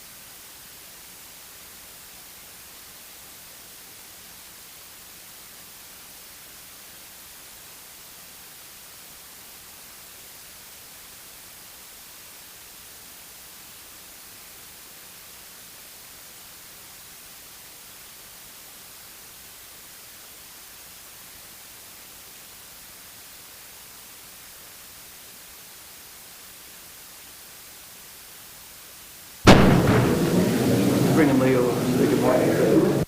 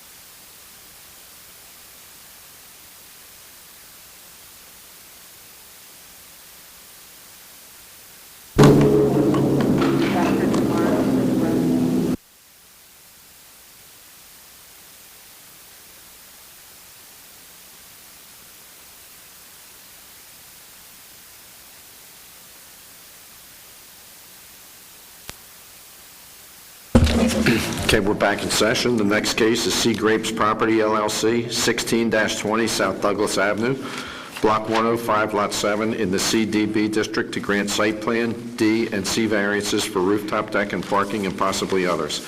Taxes and water are current, and proof of advertising and notifying is satisfied. Roger Rubin. I do. The subject of this application is a row of stores covering almost 100% of the parcel, which is 102 feet wide by 75 feet deep, 7,560 square feet. It is proposed herein per the plans submitted by George Ray Thomas Architect and Arthur W. Ponzio Engineers to demolish the stores and construct a mixed-use building consisting of 4 townhomes with at-grade parking and a store at the right 10 feet wide by 75 feet long. The application states that the store, although physically attached to the townhome structure via a fire-rated party wall, is intended to be conveyed to the Colmar hardware store, which fronts on Essex Avenue, thereby providing a Douglas Avenue entrance to that facility, as well as some extra space for whatever purpose the property's proprietors decide to utilize it. The conveyance and utilization are informational and not necessarily a part of this application. Depending on the ultimate use, it may need to return to the planning board for site plan approval. The townhomes each have 5 bedrooms on 3 levels, 4 off-street parking spaces, and decks at the first floor, second floor, and rooftop. The 10-foot wide store appears from the elevation drawing to be 2 stories high, but no detailed floor plans are provided with stairways, bathrooms, etc., so clarification would be helpful to the board. The actions required are site plan for the development of a mixed-use building, minor subdivision to divide off from the residential portion of the development a 10-foot wide parcel, which may eventually be consolidated with the hardware store in the rear, or if not, would be a standalone business rather than a part of a condominium which is predominantly residential. Regarding the store, a parking variance. The 1,450 square feet would require 7 parking spaces, and none are provided. Regarding the subdivision, a C variance for lot width and area. 50 feet in width is required, and minimum lot area is 4,000 square feet. And that is the subdivision of the small parcel. Rear setback, the store portion of the mixed-use development has 0 feet rear setback versus 5 feet is required. Building coverage. Regarding the mixed-use building, 60% permitted versus 67.24% as calculated by the architect. Rooftop decks, these are not permitted above the second floor. Comments. If approved, all non-waivable conditions of the city engineer review letter attached should be satisfied via 8 sets of revised plans, and the other conditions recited as part of an approval resolution should be reflected on those revised plans as well. I believe this case can be treated the same as other CBD mixed-use cases, such as the recent Barrels case, the Remax building on Atlantic Avenue, the Bank at Washington and Atlantic Avenues, and others. In each of these cases, CBD was honored by some commercial at ground level with parking at ground level and condo residences above. The only difference here is the design format of the townhomes, wherein the parking, still at ground level, is partly outside and partly enclosed within garages. The other interesting twist here is the subdividing off of the commercial space, but for a useful purpose, to make the hardware store more accessible from another street where on-street parking is available, which may alleviate some of the peak time traffic congestion on Essex Avenue, when several restaurants, other businesses, and the hardware store are all attracting cars at the same time. In any case, we will have legal instructions from the conflict attorney as to the actions, and if in fact there are other variances or actions related to that legal advice. 4, it would be helpful to receive testimony as to the specific use of the store portion to possibly save a return to the planning board for site plan action, if that's available. Regarding the parking variance, presently there are stores on the property with total area of 7,650 square feet requiring 38 parking spaces. Even if you consider curbside parking usable by the stores, there are a possible 6 spaces, leaving a deficiency of 32 spaces. Now the proposed development requires 3.5 spaces for each 5-bedroom unit, or a total of 14, and the store requires 7 spaces. That's a requirement of 21. While 16 are provided, a deficiency of 5. Even if you increase in your thinking the deficiency by the 6 spaces lost on the street, by all the curb cuts, you come up with a deficiency of 11. So the development reduces in practicality a 32-space deficiency to an 11-space deficiency. There is a parking variance. This is just a way of looking at that variance. As to the overall site plan, as always, the board must consider aesthetics, layout, pedestrian, and automobile safety. The third-floor deck issue requires consideration of impacts on neighbors as well as neighborhood compatibility. The parking backing out onto Douglas Avenue is a factor to be considered. Keep in mind, it is a one-way street with limited curb cuts across the street at the Beach House condos. The lot area and width variances are a function of the innovative planning concept. At such time as the 10-foot store is actually consolidated with the hardware store, the variance would, in a sense, disappear, as the consolidated lot has much more than 50 feet in width and 4,000 square feet from the Essex Avenue side. But today, it most certainly is a variance. The board should consider the tired architecture of the failed stores, due somewhat to side street location compared to the flood-proofed and aesthetic upgrades suggested by architect Thomas's plans. There are precepts for the board's consideration within the goals and objectives section of the Margate Master Plan, which may be used to determine your decision, including, quote, to ensure that commercial development is integrated well with the character and scale of Margate, unquote, quote, to establish design standards that preserve neighborhood character, unquote, and final quote, strengthen the character of the city's commercial districts through the implementation of design, facade, and streetscape standards. No additional conditions are suggested at this time, other than to refer to the city engineer's letter attached, which does have some conditions that would have to be satisfied. I have 2 things to add for the record. Tom Collins has recused himself, and Stan Bergman, our attorney, has recused himself and is replaced by Leo Mattis. Welcome, Leo. Yes. Thank you, members of the board. My name is Chris Balinson. I represent Seagrape Properties, LLC, with respect to its application tonight to the planning board for property. It has under contract for sale to buy. It's 1620 South Douglas Avenue, Lot 7 in Block 105. It's in the CBD zone. It's the red brick commercial strip between Atlantic Avenue and Ventnor Avenue on the west side of the street. We're all familiar with that property. It is a line of commercial retail stores that has done nothing but turnover tenants for years and years and years and years. Goldfinger, Freddie's been the only one who's there. He's got an established local clientele that seems to get into the winter. He is the only tenant who really has remained. I think Surface Supplies were in there 2 years ago. They were out. I think they lasted 2 seasons. Smith Brothers went in there. I think they lasted 2 seasons. It's just, although it is in the CBD zone, probably shouldn't be. It is not a area that attracts foot traffic as was contemplated by that zone. It's kind of the dark side of the street, as we say, and just has shown to be an unsuccessful commercial area. And I mean, the property's been for sale for years and years. Nobody would touch it. My client, Seagrape, Joe Ranieri, and his partners saw the property, see an opportunity to really change the property and change, if you look at that side of Douglas Avenue in that area, a relative, and I know with disrespect to Keith's client, it's a deplorable side of the street.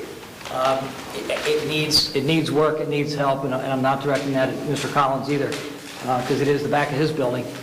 But we really have an opportunity to change the face of that street. And it's a tight street. You got parking on both sides. It's one way. It's an area that needs to be changed, and Joe and his partners really see an opportunity to change it through retaining Terry Thomas, a relatively popular, good architect to design a building, a seashore-style building that we believe really fits in there and really believe fits in with the neighborhood. The proposal this evening is, as Roger pointed out, the property is in the CBD zone. The CBD zone was created in 2004 with the master plan when it was recognized that there should be some mix of commercial and residential, having seen the success of the street across from Castles and what Mr. Scotus did there, fixing that up and creating that residential and commercial mix that attracts people to it. If you look at the master plan, both in 2004 and in 2006, when it was slightly modified for whatever reason, you will see that every time the CBD zone is referenced, and I will incorporate the master plan, I'm sure Tiffany's going to go at it like crazy. The CBD zone mentioned is Ventnor Avenue and Washington Avenue.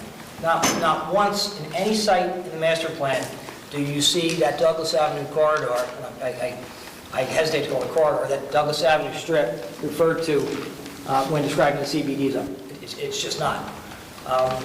It was probably included at the time because it was existing commercial, just kind of wrap around zoning, make it easier. It probably should have been zoned in another fashion. What Joe and his partners have come forward with is a proposal that we believe meets the criteria of the CBD zone as it has been interpreted and administered by this board and its ordinance for the last 10 years. What is proposed is 4 inline townhouse condominiums running down Douglas Avenue with a commercial element at the north end that, as Mr. Rubin pointed out, is under agreement to be sold to Mr. Collins, a board member, to attach to his hardware store to give him some frontage on Douglas Avenue. Probably a real good idea on behalf of Tom, and one that Joe and his partners were more than happy to accommodate. What I think you're going to hear tonight is that that building doesn't meet the CBD zone requirements. That's not what we intended. What we intended was a row of stores and a row of flats above. That's what we wanted. And that's what the master plan actually says. But that language didn't make it in the ordinance. So the ordinance has been applied. All the ordinance says with respect to the uses in the CBD zone is 2 little 3-word entries in the zoning schedule as to what's permitted and not permitted. And it says residential is permitted in the CBD zone on upper stories. That's what it says. There's not a paragraph that explains how it's allowed. There's not a section that says for every 2,000 square feet of residential, you need 1,000 square feet of commercial. There's not an explanation as to how it is to be integrated. There is not a requirement as to how it is to be applied. Nothing. And I think this board has recognized that in approving various projects over the years since the 2004 adoption of that master plan. You might say that, Chris, this isn't what we wanted. I mean, we want stores. Well, we got stores. They didn't work there. They worked in certain places. They didn't work there. So you got to get together. You got to get together and you got to figure out what works with the ordinance, what's going to work in that site. And I think this works in that site because we have Mr. Collins who says, heck, I go street to street. You give me a door on Douglas Avenue, I'm good. And it makes all the sense in the world. So you add, Mr. Collins has 7 feet between the buildings, between the property lines, and we're going to sell him 10 feet. We're going to build a building attached to our building, which gives you a mixed-use building. He's then going to attach it to the hardware store. I mean, that in essence, is exactly what the CBD zone contemplated. Exactly. I mean, this residential project is going to be attached to, I don't know, how many square foot hardware store. It's that, 5,000, I don't know how big it is. Keeps getting bigger and bigger and bigger. But it's probably, once that is all completed, exactly what was contemplated by the ordinance. And the way this board has applied it, I don't know that one project has been approved since 2004 that's a straight line of residential stores with a straight line of commercial stores with residential above. Not one. Not one. Because if we look at as recently as Barrel, I mean, it's as close to what we're proposing as you can get. And I'm going to refer to... I'm sorry, Keith, did you have something to say with respect to a board member? I can stop. Two issues. Go ahead. I got on a roll and it's just going to keep going. But I don't want to stop your momentum. No, I won't. Good evening, Mr. Chairman, Commissioner, members of the board. For the record, Keith Davis from NEMAT Pearl and Davis. I'm here on behalf of James Varallo and Joseph Varallo, who are here. They're the owners of 22 South Douglas Avenue, which is the property immediately adjacent to the property that's the subject of this application. It's a property that has been in the Varallo family going back to the 1940s. Two preliminary issues I want to bring to the board's attention, one of which relates to jurisdiction. And Mr. Valentin, in his opening, has alluded to the fact that he believes the subject use that he is proposing is permitted and is consistent in the CBD zone. We disagree. We strongly disagree. Your ordinance has a specific language which says in this zone that residential upper stores constitute a permitted use.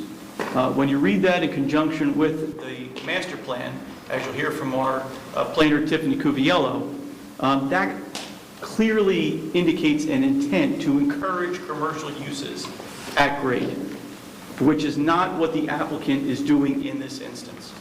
Mr. Valentin offered some comments about why he thinks the ordinance should be interpreted in the manner that is beneficial to his client, but he has not advertised for an interpretation.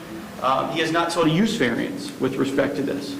What we believe is that if this application is going to proceed, de-use variance relief is needed because the use is not permitted in this zone. We also believe it's unfair that the applicant is essentially having their cake and eating it too. They want to have what is essentially a residential use because the non-residential use, the commercial use, is very, very small. It does not extend throughout the entirety of the first floor. But they want to apply all the CBD bulk standards. I gave Keith an opportunity to raise issues with respect to, before I proceeded, with respect to the application, not argue a case. And, that's the first one. And what I believe and what you believe the CBD zone permits as a permitted use doesn't mean anything. We will get into that later tonight. So we question whether the use is permitted. Jurisdictionally, though, you're not suggesting that we shouldn't proceed. What we should do, I think, is hear, what we asked you to do, hear from the applicant's professionals, hear from our professional, but as part of what decision you're going to make tonight, you're going to have to make a determination as to whether or not you think the use is permitted. That's number one. Which use are you talking about? The building as designed. Building as designed. And Keith is right. I did not ask for an interpretation specifically, intentionally. I did not ask for a use variance intentionally. I believe, to address that before we move on, that when the board votes, it's going to vote on the site plan. And if in the back of your mind you think that that building isn't what was contemplated, then you vote. That's how you vote. I didn't ask for an interpretation. I don't want to vote on an interpretation. I don't want to vote on a use variance. I didn't notice for them because I didn't apply for them. I applied for a site plan because I think this building, I think I can demonstrate that the way this ordinance has been applied, that this building works in the CBD zone. Second issue, and I just want to disclose this for the record, and I'll leave it to the board and this particular board member to reach a conclusion as to whether he should sit, but it just came to my attention today that apparently Mr. Richmond rented space from my client in the first floor of the building that is immediately adjacent to this building. It took place several years ago. I understand he hasn't been in the property for several years now. I discussed with Mr. Valentin and Mr. Manos. We have no objection to Mr. Richmond proceeding so long as he doesn't have the belief that he can't render a decision on this application fairly. That is up to him. but I didn't want something like this to come up before a judge later on and have it be remanded for that reason. So in the interest of full disclosure, we are disclosing that to make sure that's part of the record tonight. So that's all I have preliminarily, Mr. Chairman. I have a question for the board. I'm a voted-in member. I mean, the mayor puts me in this position. If this is going to be a D variance, do I have to step out? It's not a D variance. It's not a D variance. Well, when are we going to decide that? We are not going to decide that. If you think that this building is not permitted, you vote no. Okay. I mean, that's simple. I'm not changing it now to request, I'm not modifying the application to request a D variance. I don't think it's appropriate, and I don't think it's required. Right, Mr. Balanson applied for site plan application, minor subdivision application with certain C variances. He never applied for or noticed for a D use variance. So my understanding. One correction to that is that the original notice did notice for a D density variance. In my discussion with Mr. Balanson, he now tells me that he does not believe that D density variance is required, but that was included in the notice, just so we're clear.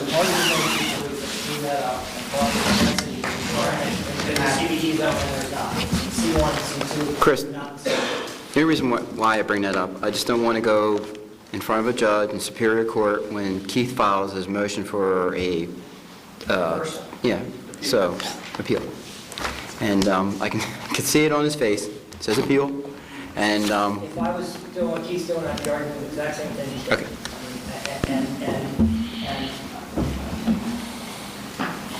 It's our position that it's permitted use. It's going to be Varela's position. It's not a permitted use. And in your deliberations, that's something to think of. There's no way you can't. I told you. I'm going to leave this up to you. I don't want to jeopardize your I think the question for Leo is if you believe you can sit and render a decision in a fair and impartial basis in light of your relationship with Mr. Varela via land. Yeah, I mean, as far as I know, I'm not aware of any. I prefer that you sit, and if Mr. Davis suggests that as long as you can make a determination that you can do this fairly and impartially, I have no problem. Yeah. No objection to sitting here, Mr. Richmond. Excuse me? We have no objection. Okay. Yeah. There's no.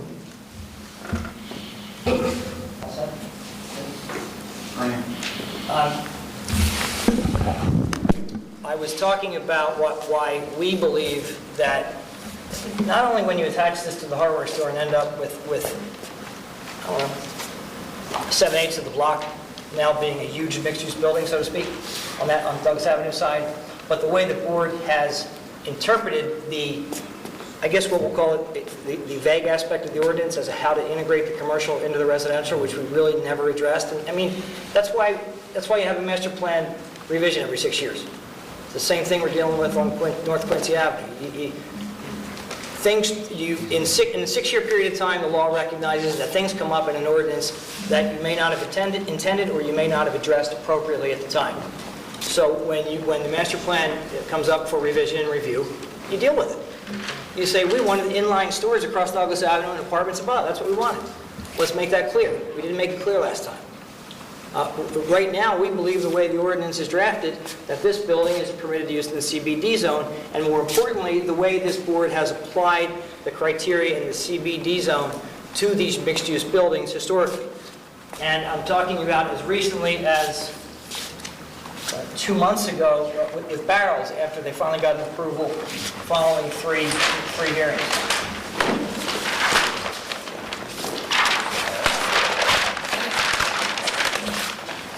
If you look at the Barrels site plan, if you look at the Barrels site plan, about 30% of that building is commercial touching grade.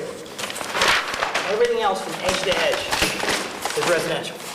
Okay, and that's the plan that's approved. What I'm showing you, you guys can see it, that's the commercial element. Okay, that's the commercial element, not even really fronting entirely Granville Avenue. That fronts Granville Avenue. Everything else above that is residential. There's no commercial under there.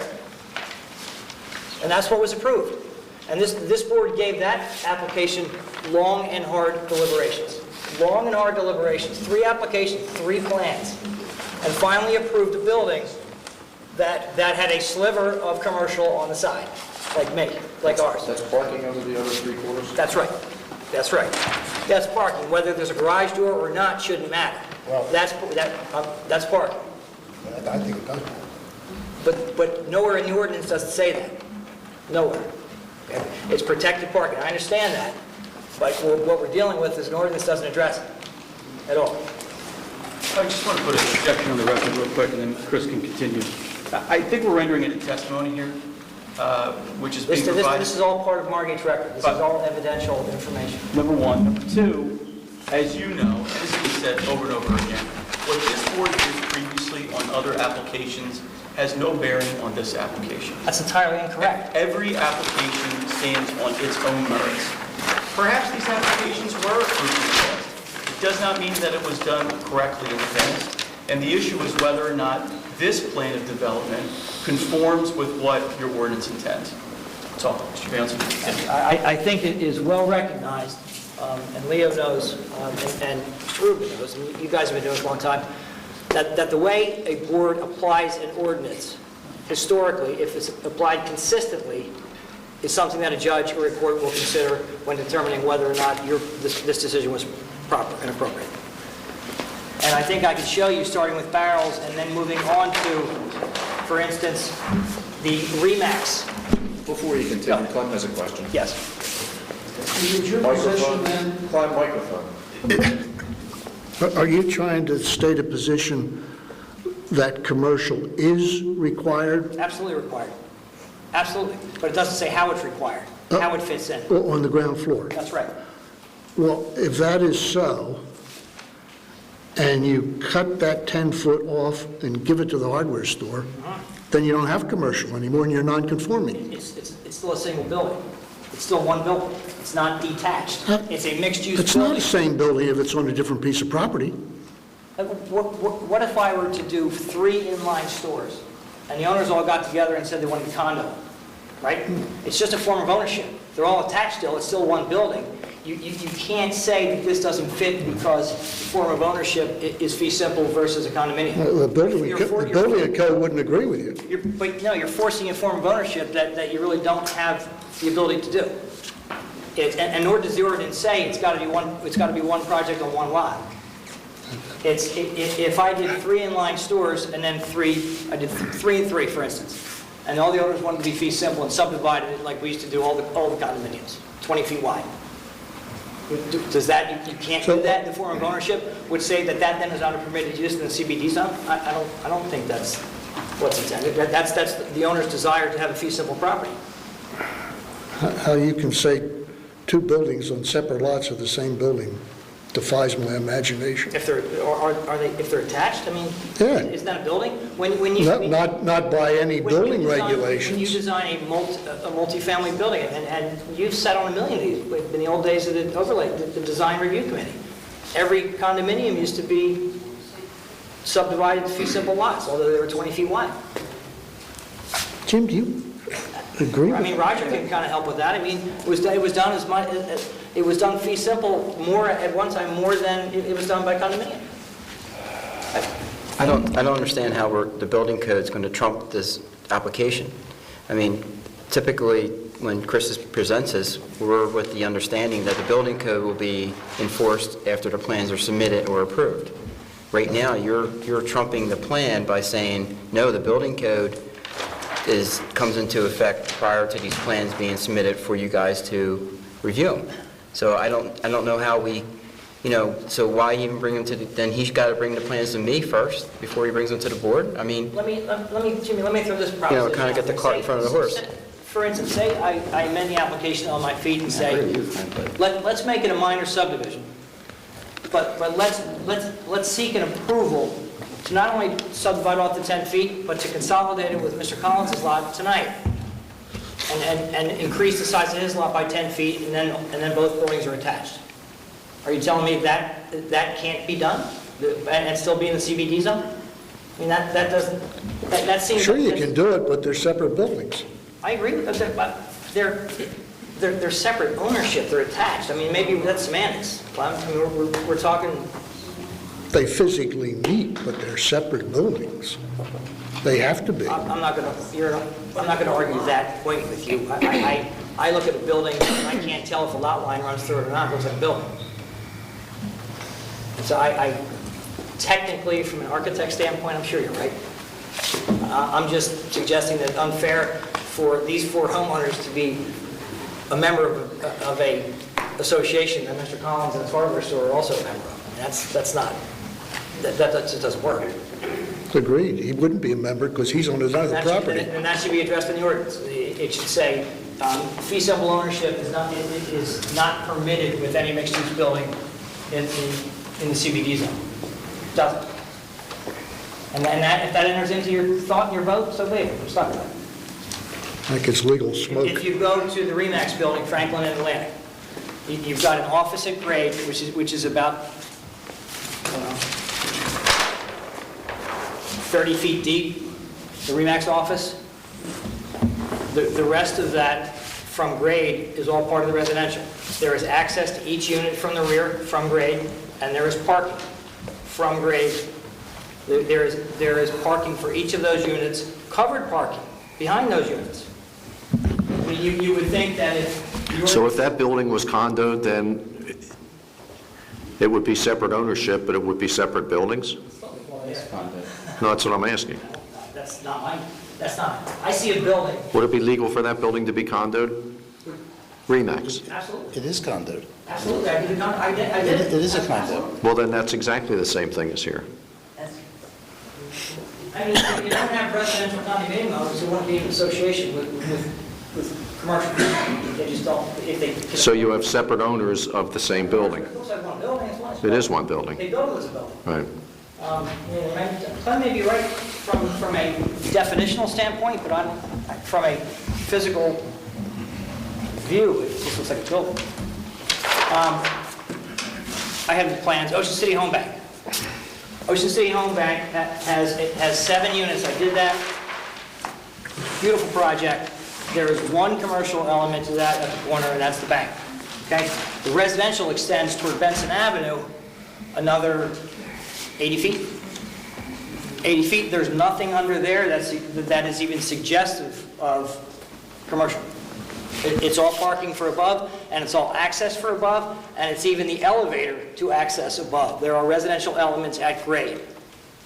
So if even Mark Gallagher's building on Washington Avenue, he's got 2 small offices on the street frontage. Everything else above and behind is the residential. There is hundreds and hundreds of feet of residential above grade behind those stores that have no commercial whatsoever to attach, and all the residential is accessed from at grade behind, and all the cars are parked at grade behind, just like we are proposing, although we are proposing them in front.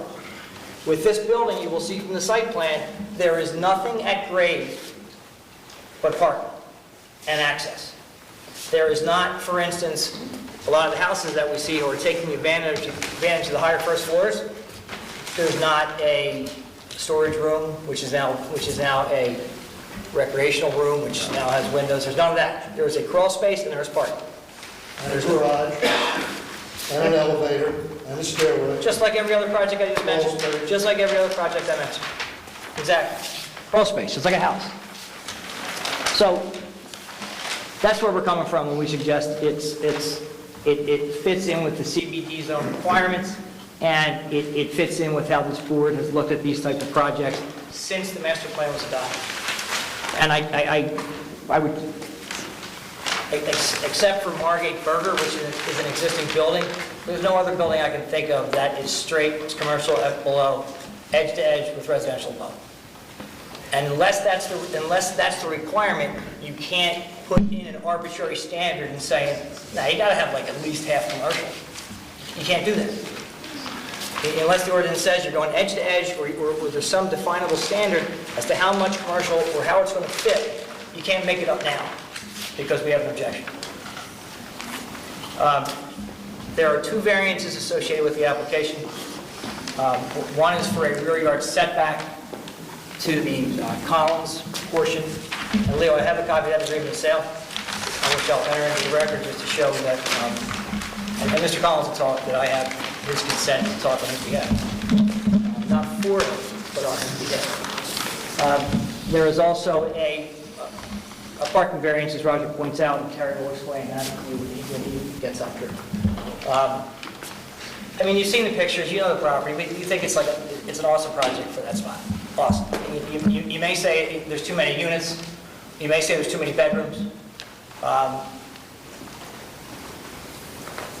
These guys should not be penalized because the beach house was approved as a pension project. I mean, and the number of units that are there. The CBD zone does not have a density control. I mean, these are not tiny compact units, as you can see. We are not, it's not like, I can understand if you say, Chris, you're putting 4 units on there, they're 20, you know, they're 18 feet wide. They're not, you know, they are substantial units that should sell for big money. We are hoping. And it's an opportunity really to do something at that site that has been undoable. Nobody's wanted to touch it. And we think we've designed something that can kind of get this off the ground. Sorry. State your name for the record. My name is George Ray Thomas. Raise your right hand, please. Do you swear the testimony you're about to give in this matter will be the truth and the truth, and nothing but the truth, so help you God? Yes, ma'am, I do. Thank you. Terry, Mr. Patterson, will the board accept Mr. Thomas's qualifications? Terry, just for the board and for the record, would you just provide us with what certifications, qualifications that you have? I'm licensed as an architect in 3 states, as an engineer in 3 states, and as a professional planner here in New Jersey. My office is in Summers Point, and I've been doing this for about 40 years. And you work, not only, you work in the South Jersey area? I do, and in Florida. Before, you're familiar with Margate's ordinance? I am. I've spoken enough. Would you kindly familiarize the board with the properties, and then we'll talk a little bit about the project. And touch upon some of the things I touched upon with respect to the design of the building and its compliance with the CBD zone. Sure. The property measures 102 feet on Douglas Avenue.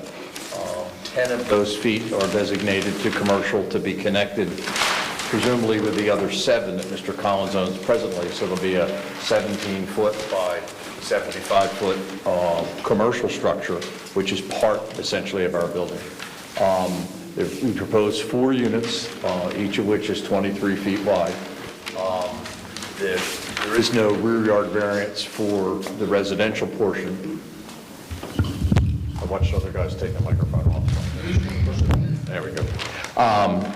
The rear yard variance is for this commercial section, so it can be connected directly to the hardware store. Terry, stop there for a second and explain that. I mean, you and I are real familiar with the project. Sure. And Tom will explain how that's going to work. But probably, let me use the aerial to help.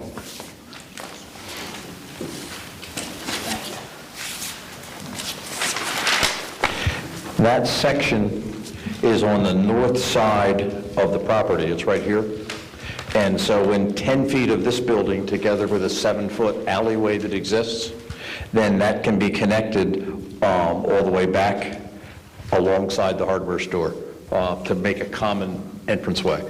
And a corridor which allows an entrance on Douglas Avenue, which should, frankly, as Mr. Rubin pointed out in his report, ease some of the traffic issue, Essex being a more heavily carred corridor than probably Douglas Avenue is. And then, so the proximity and dimensions of the hardware store fit into your design of the commercial space? Yes, absolutely. And the additional square footage and length of building in the back, based on the surrounding land uses, if you could touch upon that, would it have any detrimental impact on any of the neighbors by extending that building? No, it's probably beneficial because instead of a 7-foot alley, which is pretty much useless to everybody, including Mr. Collins, it's now a 17-foot wide area.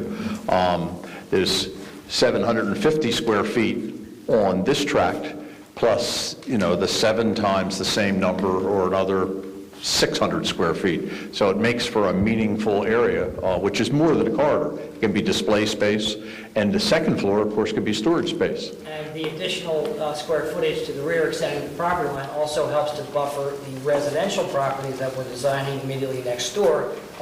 Am I right? Exactly right, yes. Because there is a small rear yard that they each enjoy, which now will not have any impact from, for instance, the hardware store parking lot. That's true.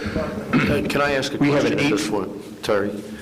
You're talking about, and I don't know what Tom has planned, but if what you're saying is true, will construction take place at the same time, or is there going to be an outside wall built there and then Tom has to attach to it? Take place at the same time. Okay, that didn't make sense to me.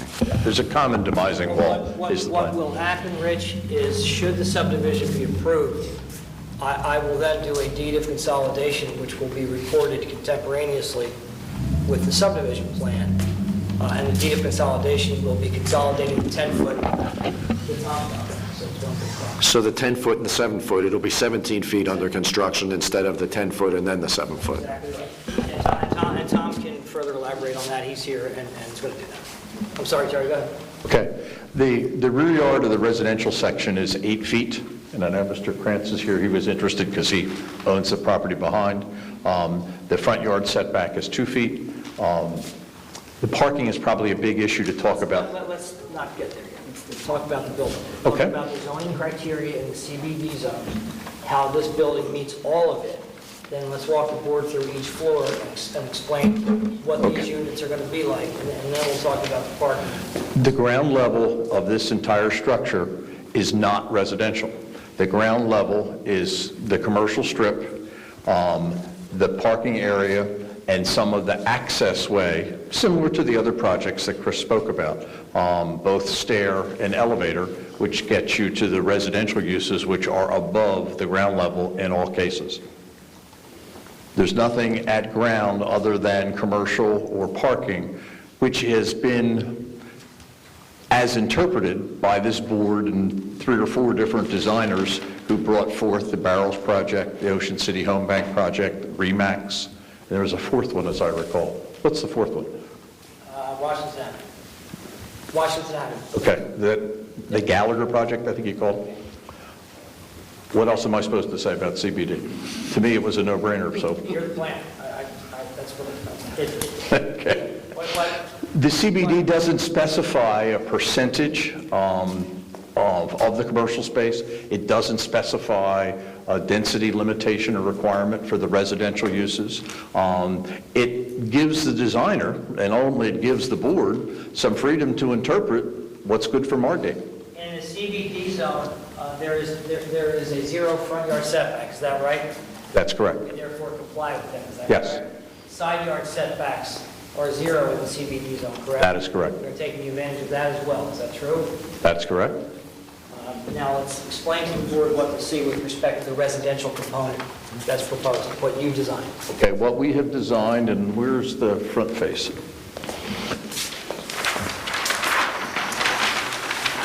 You all have sheet PB3.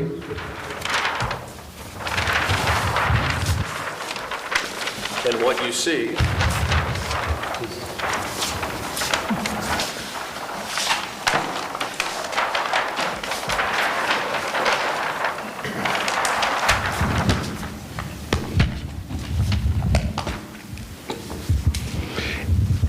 is a coastal-style building, 4 townhomes connected across the face with 2-car parking inside and 2-car parking outside, so that each one of the homes has 4 off-street parking spaces.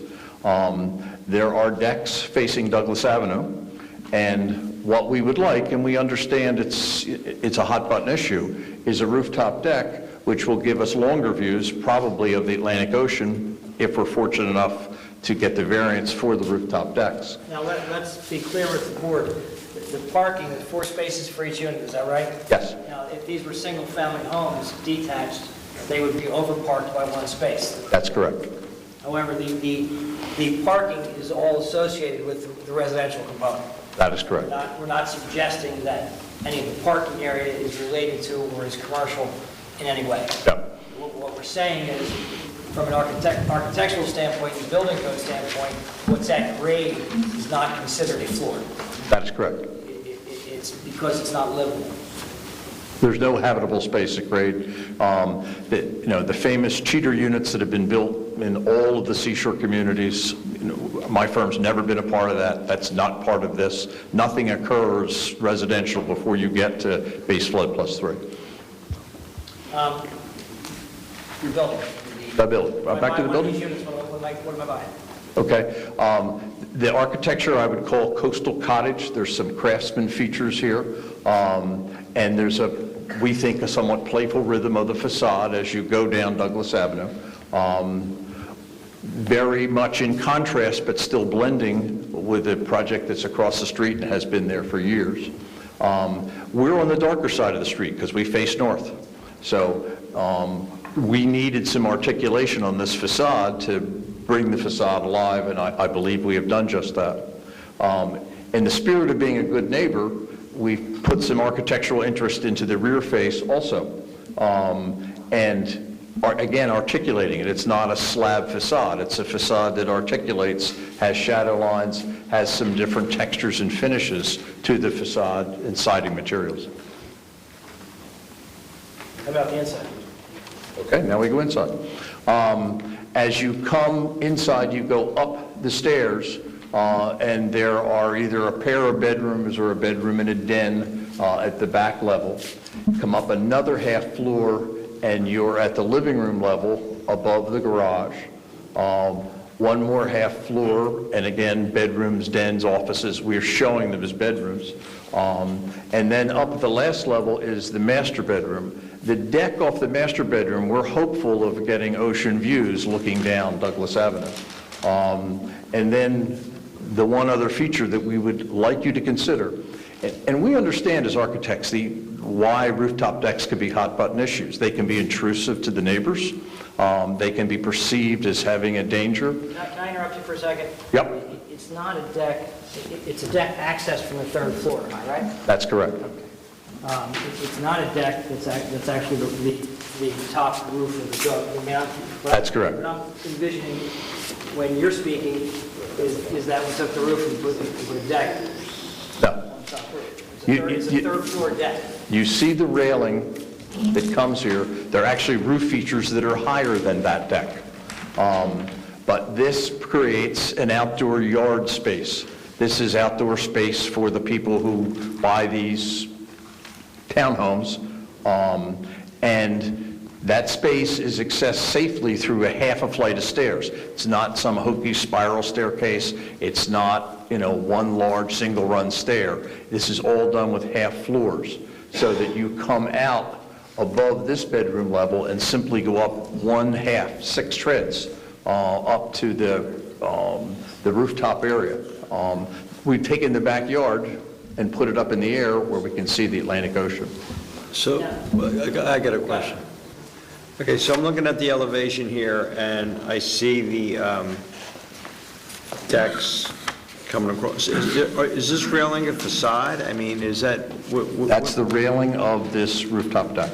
It is? Yes. Mike, I was just going to get into how they lay out on the plan, the floor plan. Is the access here? Let me, Commissioner, let me try and do that. Mr. Thomas, if I'm looking, let's start from the third floor and that third floor deck, okay? So if we look at the upper floor plan of the plans that have been submitted, and we look to the top of the plan. Yes. The decks are shown in what we'll say behind the units, correct? Okay. So the deck closest to the ocean here? Yes. Coming out of the third floor master? Is not at the edge of the property. No. It is next to a roof to a second, let me finish, please. It is next to a roof to a second floor element. So if I'm standing on this deck right here, and I'm looking toward the ocean, what's right next to me actually is the ridge the roof to the second floor. You have to stand up to see the ocean. If you're sitting down, the roof is behind you. And we did that deliberately so that there's no way you can stand on this deck and look into the Varallo property. There's no way these decks can be invasive to the privacy that others have a right to enjoy. So looking at the same plan, which is the upper level plan, I know it's large. If I'm on the deck, if I'm on the third floor deck of the unit closest to the ocean, and I look toward the ocean, I'm looking at the, and I'm sitting down, I'm looking at the ridge of a roof to the second floor. Yes. And how far away from the property line? I think you might have meant here.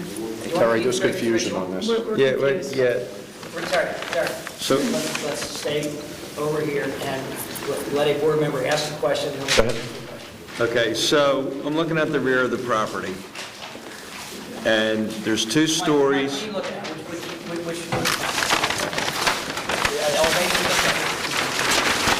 Okay, so this is the rear of the property. Right. All right, I'm assuming these are doors, right? I'm Yes. assuming these are doors. So what you do, so these decks here are basically landings, and is that a stairway to get up onto the rooftop deck? Yes, Is that- exactly yeah. right. Yes. Right. Yeah, okay. There are a lot of decks here. We provide a lot of outdoor space. You have decks on the Douglas Avenue face, and then you have the 2 tiers of decks, but they're not separated by a full floor. It's a half a floor, because when you come out to this landing, Right, you're above this floor, then you go up those steps. right, But it's 6 treads. right. It's a little bit more than going up onto this stage, Now, that kind of relationship. One of the things you have to contemplate when you institute a mixed use, really it puts a commercial zone all around there, is the interplay between the residential use and the interplay between the surrounding commercial uses. Have you given that any consideration in terms of setting those decks back, keeping them off the property line, keeping them away from the back of Roberts, for instance, where in the summertime it can get noisy and boisterous, so to speak? Absolutely. So let's explain what you have done and how you have addressed that.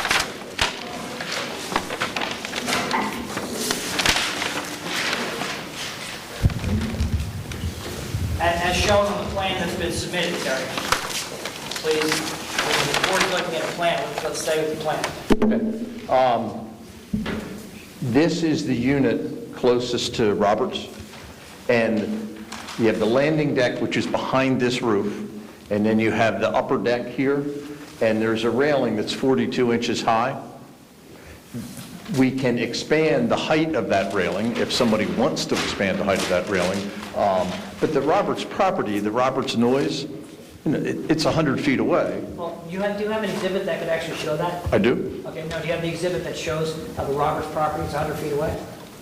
It's on the aerial photograph.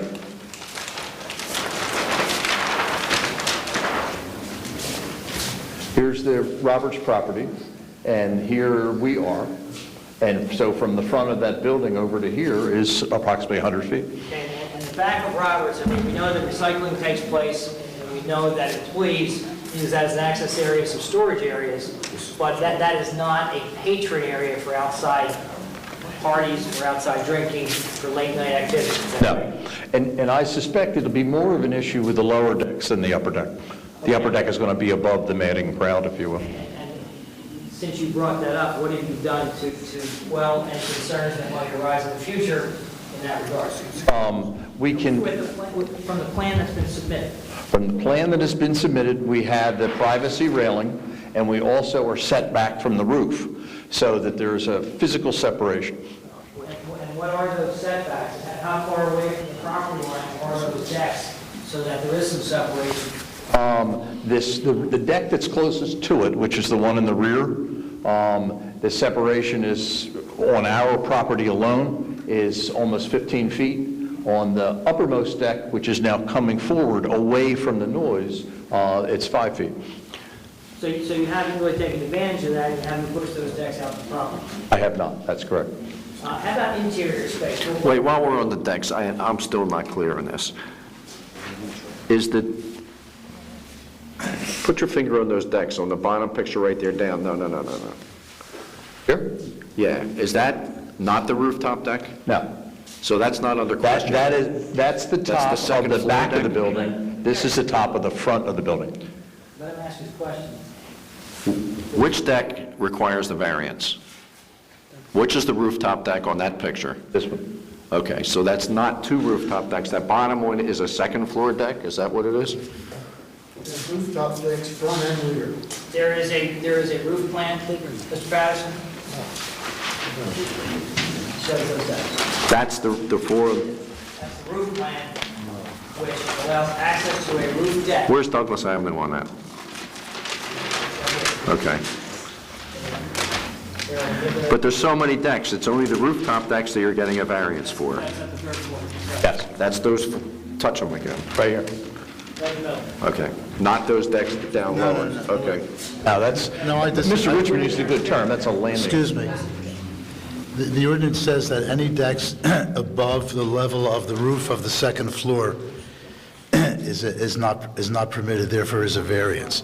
So you have two different decks that are above the second floor, correct? Yes, correct. Chris? Both of those upper decks, the high one and the low one, are variance. Okay. So the four in the front there and then the four behind are all rooftop decks? Yes. Well, there's a third floor deck, and I stand corrected. There's a third floor deck and a rooftop deck. Okay. They're both variances. And it is the top, so I think Mr. Rubin's right, technically, yeah. So all 8 decks are rooftops? We're considering all 8 decks? Okay, I'm Deck clear. down the third floor slider, so to speak. There's also a deck you can access from that deck. And I think I'm finally clear on that. But it's at the half floor, that's why perhaps I'm confused. I don't think you guys are, but I am. Roger, the decks off the master bedroom are also above the second floor. That's what we just agreed on. Yeah. So you have 3 decks per unit that are higher than permitted. deck? There are 2 roof decks. I think Clem is right. There are 2 per unit that are technically above the roof line. What are you The saying? first is a landing that's below the roof line of the third floor, but it is, as Roger points out, above the second floor. I think there are 3 decks, the one off the master bedroom and the 2 roof decks. Because the one off the master bedroom is above the second floor. So on Right, I agree, there's a third floor deck and a rooftop deck. 2 rooftop decks. I don't see the other rooftop deck. I'm Thing- Well, look at the roof That's the plan. second I am floor. right now, Okay, move your finger up.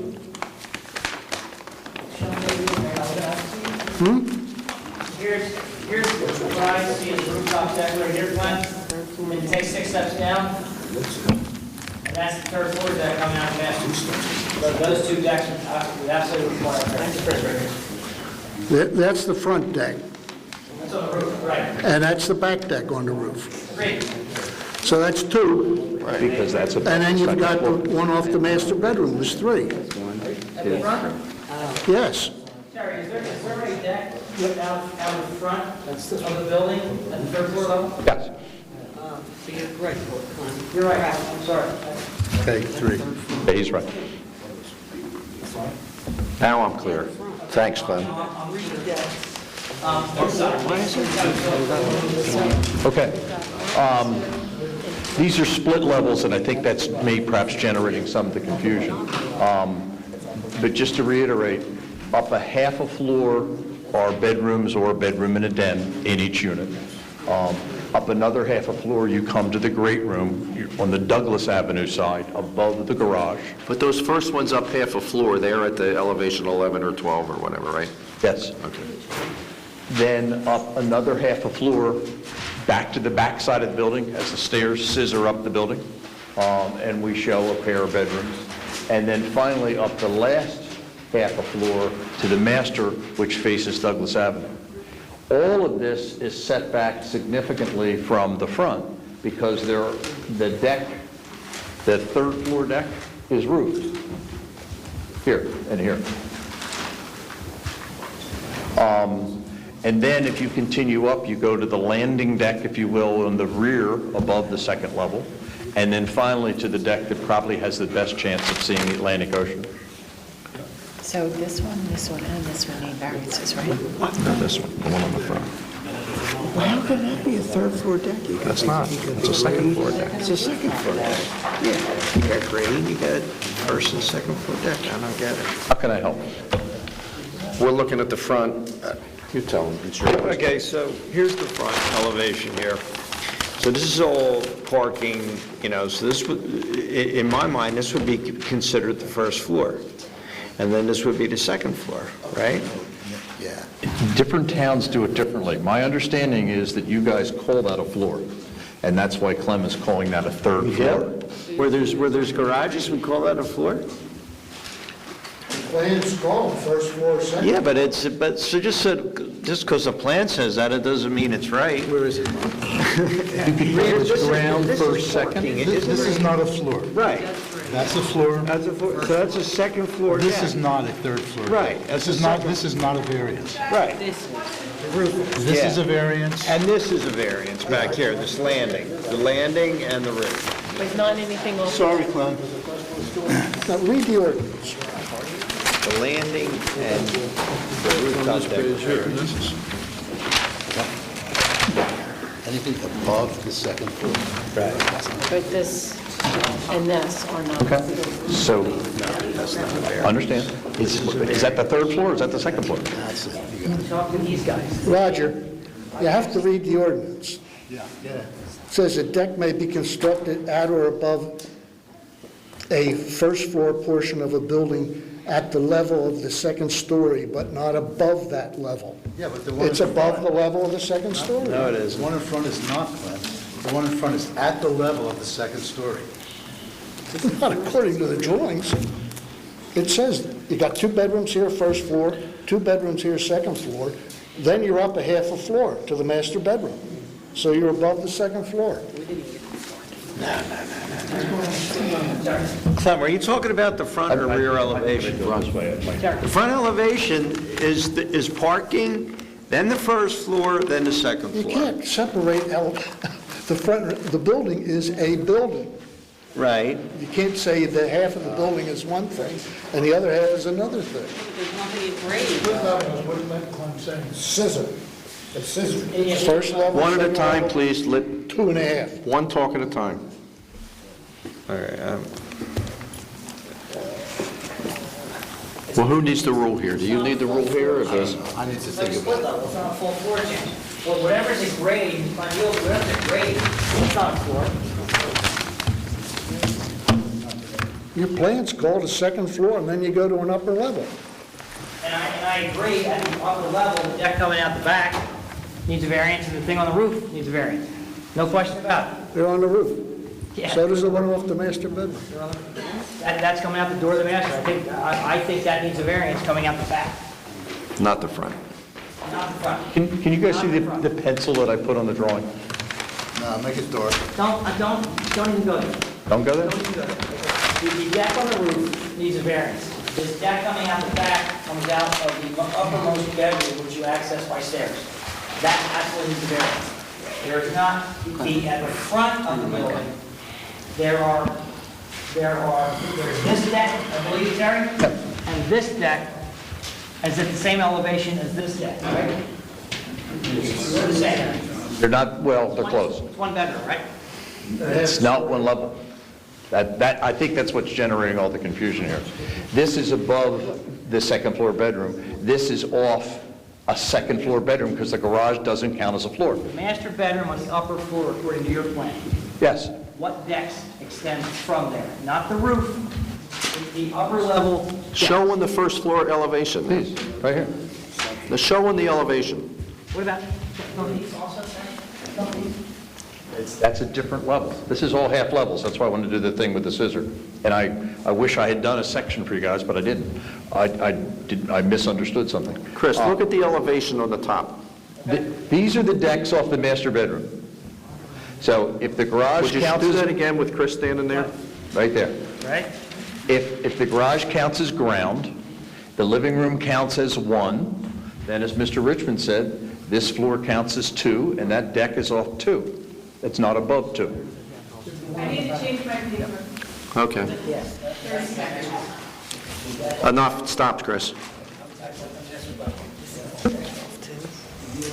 So where's the third? The back is higher than that.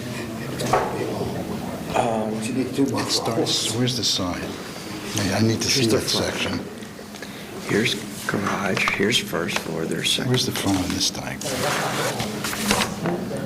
I know, it was getting my head straight. The left side. All right, we're back on the record. Mr. Thomas, looking at the front elevation, there's what we'll call a first floor deck and a second floor deck, correct? Correct.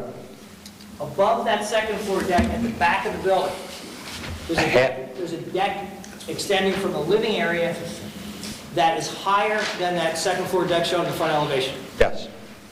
And that is the long skinny decks that we talked about, which are shown on the upper floor plan. Yes.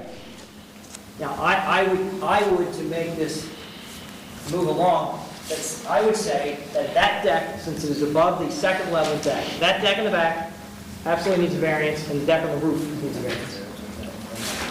When you're looking at the front, I don't think those decks need variances. It's first and second. The deck in the back, which is above the second level deck, certainly I think needs variance. Again, the deck off the master bedroom is right here at this level. So, ground, 1, 2, that's a second floor deck. Agreed? Where's the third level? You have a 2.5-story townhouse, right? Level, floor 1 goes like this, floor 2 goes like this. Where's the third story? In the front or the back? Where's the third story? There isn't a third story. There are 2 stories here, and there are 2 stories here. These are over a garage. These are over a crawl space. Oh, okay. Okay. All right. And if you turn around and look at the stage, it's the same relationship as the stage is to the floor. It's part of a floor going up, part of a floor going up. The front deck is not a variance. Well, we had the same conversation on the Fenwick building in Washington Avenue across from the natives. It went like that. Different living spaces and different half levels. I understand where you're coming from. So we're looking at the top 8 decks as being, in the back, as requiring the variance, and the... 1, 2, 3, 4, and then 1, 2, 3, 4. You agree with that? I totally agree. Okay. Yeah. Sorry about Thank that. you. Now I'm clear. Apologize for the confusion. Terry, thank you for that. Talk about the parking situation, the parking variance.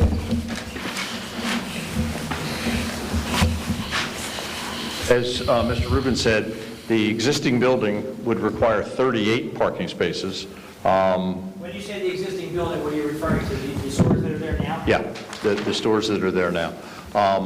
What we're required to do is have 3.5 spaces for each of the residential, and then I think the number was 7 for the commercial space. Based upon the square footage at grade? Yes, exactly right. We provide 4 for each of the townhomes for a total of 16. So we exceed the requirement for the residential portion. We provide no off-street parking for the commercial under our belief that it will be part of the parking lot that exists over in the Essex Avenue side. The primary parking for the commercial use, they already have a parking lot on the Essex Avenue side, is that right? That's correct. And speaking with the owner of the hardware store, he explained the design of the project to you, does not believe that parking, that additional parking is necessary when adding what he is adding. That's correct. But the specific requirement would be, we would need 21 spaces, we provide 16, so from a legal standpoint, we're deficient by 5. Roger points out there could be on-street parking. I don't think it would be 6 spaces because the spaces along the curb would typically be 21, 22 feet long, but... No, it's But if you consider an argument. On-street parking, maybe we're deficient by, 9, or use Roger's number 11. In any case, it's a vast improvement over the present circumstance. If those stores were viable, in which case we might not be here tonight, you would be grossly deficient from a parking standpoint. Now, with respect to the actual variance, forget about on-street parking. Okay? Right. Give us the actual numbers. So give us what is required and what is proposed in why you believe not providing the spaces that are going to be required for the hardware store can be justified. The numbers are 14 for the residential uses, 7 for the commercial, which totals 21. We provide 16, so our specific variance deficiency is 5. The reason we don't believe that's relevant is the parking for the hardware store is provided on the Essex Avenue side, and the operator, the longtime operator of the hardware store, is more than satisfied with the parking configuration that he has for the store. Let's talk about the type of use and the turnover of parking with retail hardware store like that, and when you have a parking field like Mr. Collins has, why that is sufficient for that type of use. People don't come to a hardware store to have cocktails, so it's a relatively quick process. You go in, buy what you're going to buy, and move along. So the turnover of those spaces is way quicker than the turnover would be in a shopping mall, out at Shore Mall, for instance, where people could be in a parking space for hours. People don't. With the type of community that we're in, and the fact that is a really a central business area, is foot traffic and bicycle traffic also to be considered when traveling to and from the hardware store? Absolutely. And does that enter into your analysis and your justification for the parking, for not providing parking for commercials? It does, but I would be most heavily swayed by Mr. Collins' own opinion. Now let's talk about the justification for the variance of positive criteria. We have a rear yard setback for the commercial use, and we have a parking variance for not providing the 7 spaces for the, and we'll take it for the 7 spaces for the commercial. In order to meet the positive criteria, you've got to show that the project overall, though being deficient in those 2 areas, advances certain purposes of the Municipal Land Use Act, such as free flow of traffic, aesthetic enhancement, promotion of general welfare, things like that. Do you believe this project, with those variances being requested, advances any purposes of the Municipal Land Use Act? And if so, which one? I do. Please be specific. The aesthetic enhancement, I think, is self-evident by the rendered drawing sitting here. As far as traffic flow, the 7-foot alleyway becomes a 17-foot wide enclosed space, which provides a much safer access to the hardware store. The absence of the parking spaces for this space, given the fact that most of that is going to be access corridor, and the quick turnover of the existing spaces on the existing lot on the Essex Avenue side, all suggest that this is an enhancement not just for this property, but for the hardware store, which is basically an anchor retail use of this section of Margate. What about for the neighborhood? What about for the community? The community benefit is largely the aesthetic one, as well as the safety and traffic flow issue. These on-street parking spaces are not terribly valuable to the community as a whole. Getting these folks, because they're in front of stores that are not occupied, they're not used. They're too far to be used for the beach. Maybe they could be overflow for the project that's on the opposite side of Douglas Avenue. But even in season, they don't get heavy use. In fact, based upon research that you've done into this project, the lack of parking, in fact, for all of that commercial impacts that commercial. It does. It's, it's too close to it's not close enough to the beach to, be a beach-related retail use. It's not close enough to Ventnor Avenue to be, it's in the middle of the block. It's not surprising that it's not viable. And you've also got a 70-some unit condominium project right across the street, which in fact probably takes up all of that parking, depriving those stores from ever getting any decent midday parking for retail. I think that's the only user of the on-street spaces, yes. And that parking situation will improve because the use that we are implementing provides 4 spaces for each one of those? Yes, we don't add to the problem. That we have reduced the problem numerically, and I talked about that, and Mr. Rubin did it more eloquently than I did. But more importantly, we don't add. Doctor, do no harm. We do no harm to the parking because we put 4 where 3.5 are required. Another advancement of zoning that has been found is constructing a building, eliminating non-conforming structures. Now, yes. Certainly, with respect to the code compliancy of the existing retail stores. Yeah, given the age, there's suspect issues with respect to all of the life safety issues, and there's absolutely no flood protection whatsoever. Let's talk about that. The building that is proposed obviously complies or exceeds all current building code standards, zoning, and flood standards. Is that right? It does. And Mr. Galantino will enforce that aggressively. Do you then believe that the variances proposed, the two variances, bulk variances, because we still have to talk about the subdivision, bulk variances can be granted without substantial detriment to the public good or without substantially impairing the intent and purpose of the zone plan and zoning ordinance? And if you believe that, tell us why do you believe that? I don't believe there's any detriment. And which variances are you speaking about now? The setback variance? We're talking about replacing the existing stores with this project. You believe the two variances, being parking and the rear yard setback, do you believe there's any detriment to the zone plan or the zoning ordinance? I don't believe there's any. The rear yard variance here allows this to be linked completely with the hardware store, which is a benefit to the neighborhood because then this whole 17-foot wide corridor, the enhanced, safer situation can be accommodated. As far as the parking, it's actually, as pointed out by Mr. Rubin, what presently is 38 spaces deficient becomes 5 spaces deficient. So that it's actually, we believe, will improve the parking in the area. Yes. And will help, obviously, with the free flow of traffic on Douglas Avenue, being a one-way street south to north, and with parking on both sides. Yes.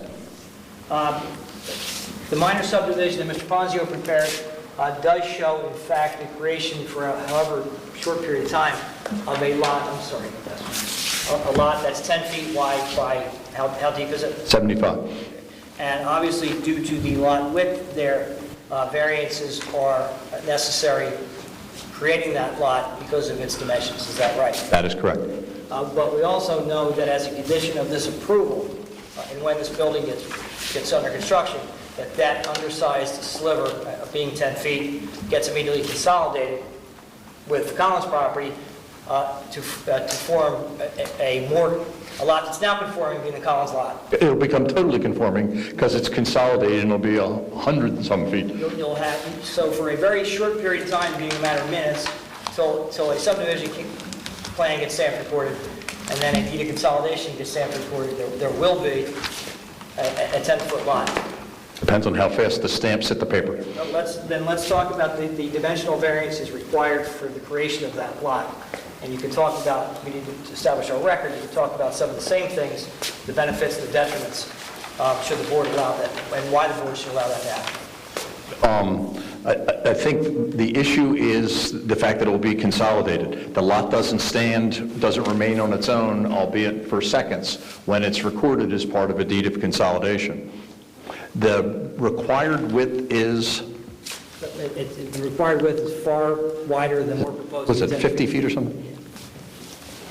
Yes. But all of that is a technicality. I mean, the overused word by attorneys in this room is de minimis. This one's de minimis because it gets consolidated right away.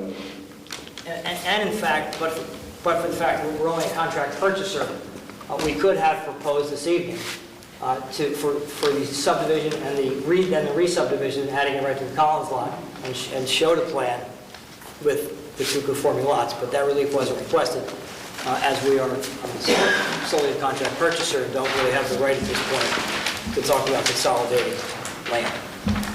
However, as a condition of this approval, we certainly would make a condition of approval that the immediate consolidation of the ground so the lots are conforming.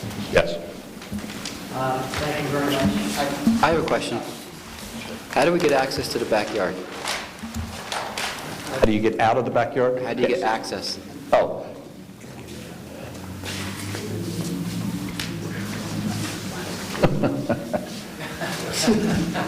That's my question. You have to jump off the porch. You didn't speak up fast enough. And what is the pervious or impervious coverage for the backyard? Is it grass? I'm sorry, I couldn't. Is it grass in the backyard? What is it? Well, the plan was to put grass back there, but you raise a very good point that we just didn't think through properly. We need to provide some stairs so you can get out the back to the backyard. Get a lawnmower back there. Stairs from each unit? I'm sorry, Clem, I wear hearing Stairs aids. from each Put your microphone. house, whatever they are? Well, here's the rear face. I don't show anything in the way of steps to come back down the 4 or 5 feet to get to the backyard. And yet, clearly, you have to be able to get to the backyard if for no other reason to maintain it. You got to maintain the air conditioners. For instance. So you're saying you're going to put steps out of each of those units to get in the backyard? I think I need to put steps so you would come out either the bedroom or the den that's down here and then be able to get So to the backyard. somebody's going to have to lug a lawnmower through the apartment, down the steps into the backyard. Same Or a with the weed whacker or guys- something. Same with the guys servicing the air conditioners and... It was not my plan to put the air conditioners in the backyard. I was planning on putting them up high. Well, they show on the drawings in the backyard. How do firefighters and rescue people get back there? Wait, I was just going to bring that point up. Chris, you may have to enter into an easement with another adjoining property to get access for, out of that area in case of emergency. I mean, Is there a building code? it's not a building code, it's a uniform fire code. It's underneath the Uniform Fire Code would require you to provide another means of egress out of that backyard area, so you might have to do an easement through somebody else's yard. I know we were talking about that when they had the restaurant there a number of times, and I think the suitor had given him access through his yard. You mean access out of the yard absent going through the unit? Yeah. I'm not allowed to fence in my backyard? How would you ever get But in and out of it? there's no way you can get out of that backyard, Except through the unit? except through the unit, Terry, and if it's on fire. Does that comply with the building code? It is my understanding that would. I have to have steps.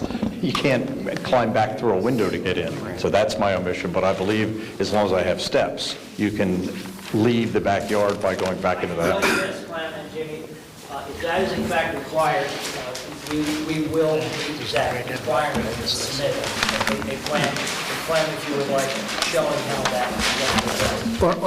Well, let me finish my question. I mean, Greg would know that, right? Now, are these... I don't really know that, but... Are these single-family homes Yes. by code? Yes. Well, then you required emergency egress from the bedrooms to a yard which has direct access to a public way. Outside.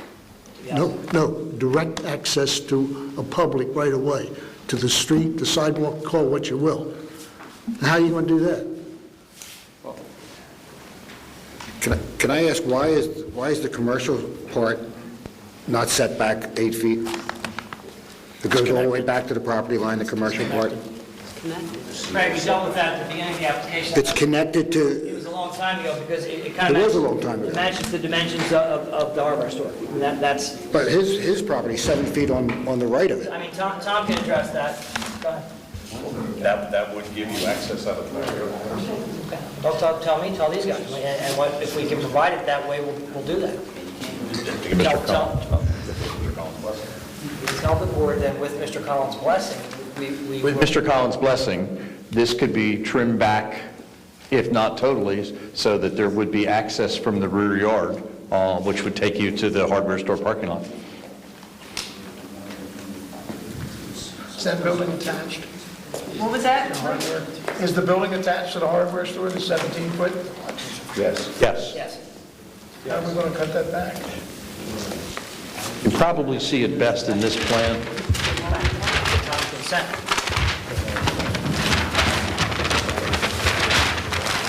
This last section would be to come over, and this 17-foot wide by 75 feet would all be part of the store.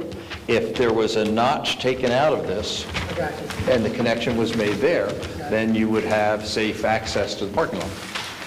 An alley. An alleyway, yes. 6 feet wide, 4 feet wide. I think the code's 40 inches, if I'm not mistaken.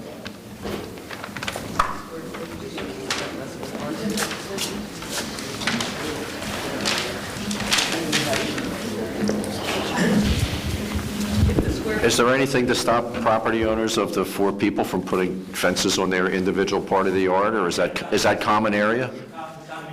It's And we're absolutely condominium property. prohibit that. Okay. because you raise a good issue. Otherwise, somebody could create a barrier. Right, so that's common area. Yes. Whether it's common area or not, there will be a corridor providing that it is a common. So if the square footage of the commercial space, Needs to get reduced. then is the parking thereby reduced? The seven or, Well, we're going to ask for the variance anyway for the whole thing, so we're okay with that. And Tom can address that. If It that- could shave a space out. I forget the calculation. If Mr. Thomas's research bears out that is actually required, and I think it probably will, It is. I think we can work with Mr. Collins and have the corridor created as has been explained. Mr. Collins, Terry, thank you very much. Tom, please explain briefly to the board, briefly, your discussions with Joe and his partners and how we arrived at the proposal tonight and how you're going to use the space. Just state your name for the record, Thomas Collins. Raise your right hand. Do you swear the testimony you're about to give in this matter will be the truth and the truth, and nothing but the truth, so help you God? I do. Been a long night, guys, real quick. When I was approached on this project, I looked at it, I saw the pattern of what we've done over the last 10 years, and knew it fit, and knew it was good for the neighborhood. And basically, retail on Douglas has been so dead. The building on next to us on Essex is deplorable. The block needs to be rejuvenated. This project's going to do it. It's going to really help the neighborhood. We intend to put an entrance on that side. My son and I have been researching and looking at doing something good for Margate. As you know, my store, and just so everybody knows, it's 20,000 square feet, which is probably a really big store for this island, okay? But we're very successful because we do it well. On the Douglas side, through that entrance, we're looking at possibly maybe doing a UPS store where you have your mailboxes, because everybody knows the nightmare at the mailbox at the post office, and you can have packaging and different things. So we're looking at things that are going to provide a service. Obviously, it's going to bring more people into me, but it has to be of value to the city.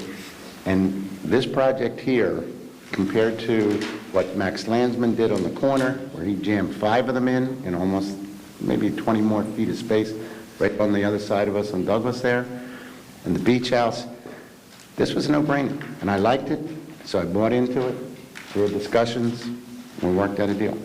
If it wasn't good for the city, because I'm not just in it for me, if it's not good for the city, Roger will tell you, I don't do it, okay? Yes, I have a question, and this is brought to me by many of the board members. If this happens, will you replace those dead trees behind your store? My miscue. I've made a deal with the Seagrape Partnership that we would actually match their facade on the new section in the back, re-landscape, and upgrade the property. And as far as egress, I'm sure we could get together and negotiate where they can get a 3-foot across the back instead of me having the full 75, so they have egress, because I'm really big on fire and egress.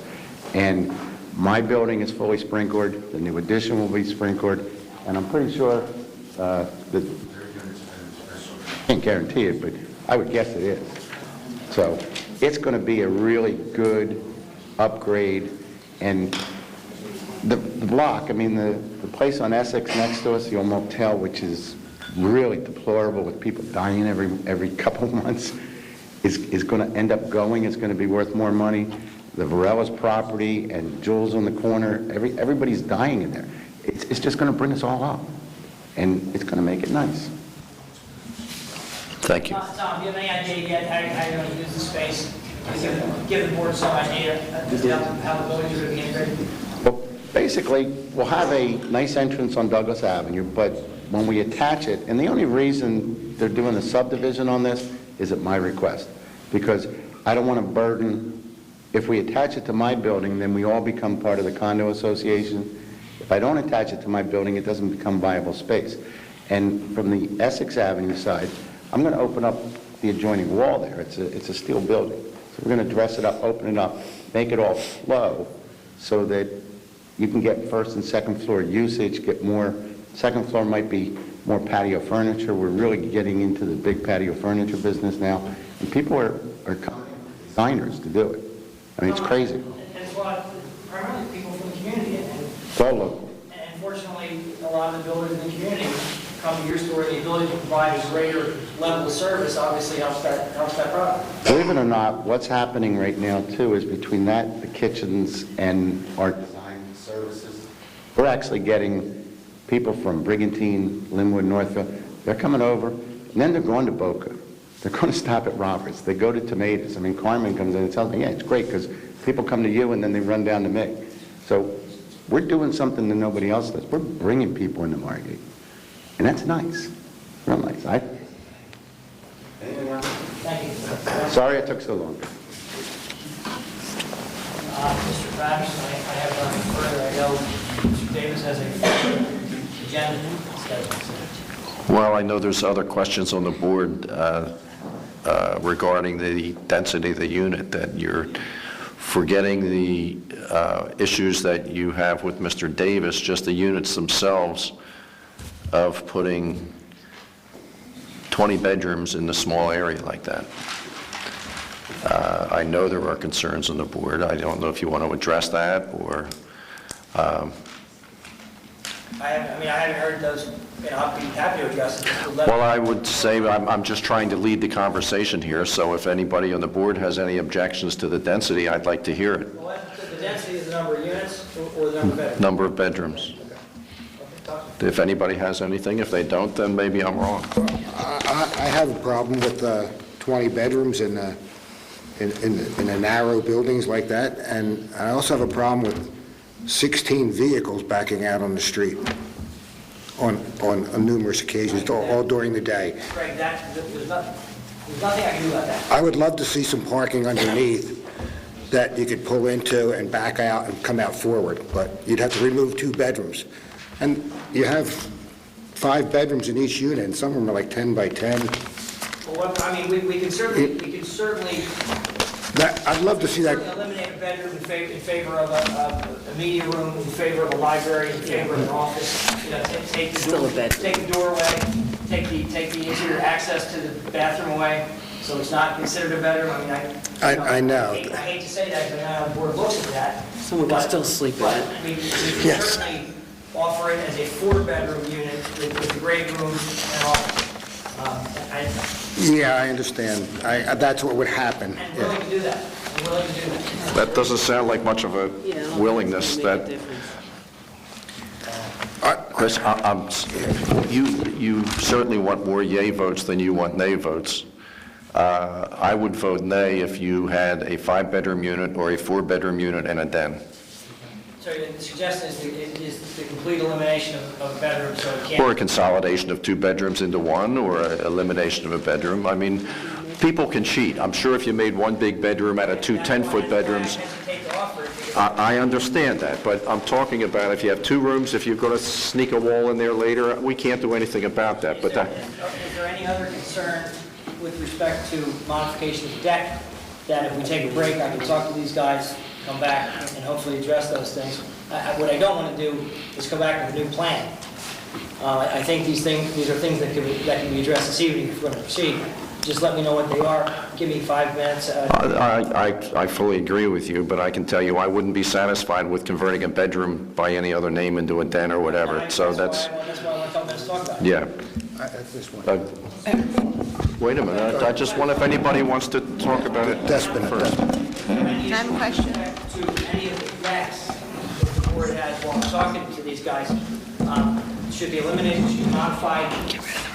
I think and again, I'm just giving you my opinion. I'm not speaking for the board. How I look at it is that I would not approve the rooftop decks. We don't, the rooftop decks that we oppose, if the front decks on those bedrooms were considered 3rd floor decks or whatever, I really don't have a problem with it. And that's been the board to have modest decks off a bedroom. I think we made a mistake last month when we approved the rooftop deck. I think we have to look at the master plan. That's specifically what they were trying to eliminate, was places where you can have activities outside. I hear what you're saying, and I think The resolution of the rooftop deck will do that. Well, that's, and again, if, I would wish other board members would speak up and say what their concerns are with the density and the deck. I think the rooftop decks are excessive. I mean, we just had a case previously where we denied a guy a foot because it was, so. I think the rooftop decks are excessive. What? Excessive? Excessive. I agree. Moving away. And do you have anybody have opinions on 4 bedrooms, 5 bedrooms? Do. Well, As speak to- up, please. Moving past the rooftop, I think you know where we stand on those decks now, just as to the density. Clearly, you're over about 7%, we know that. What I'm looking at is, if you're able to reduce the bedrooms, how's that going to affect your parking? Talk to us about if there's anywhere we can save some of those curb cuts to maintain some street parking. I don't know that that's going to happen, Ms. Hess. What I can say is that certainly there's a reduction in the parking requirement when we drop from 20 bedrooms to 16. Of course. No question about it. And even from a detached single-family home standard, if 4 bedrooms require 2 spaces, 5 bedrooms requires 3. So right there, you can say, I don't know what the RSIS standard is off the top of my head, but you can say that if we're providing 4 spaces per unit for 4 bedrooms, that's huge. It's double parking if it were a single-family home. I don't know what the RSIS says. Chris, how about 3 units instead of 4? Keep your 5 bedrooms. Get some side yard setbacks so you can solve the rear yard problem. Get some windows in the side walls and do it right. By the MF standard, right? Although under the CBD zone. Whatever. This property would have been sold long ago if 3 units were worth, based upon the economics.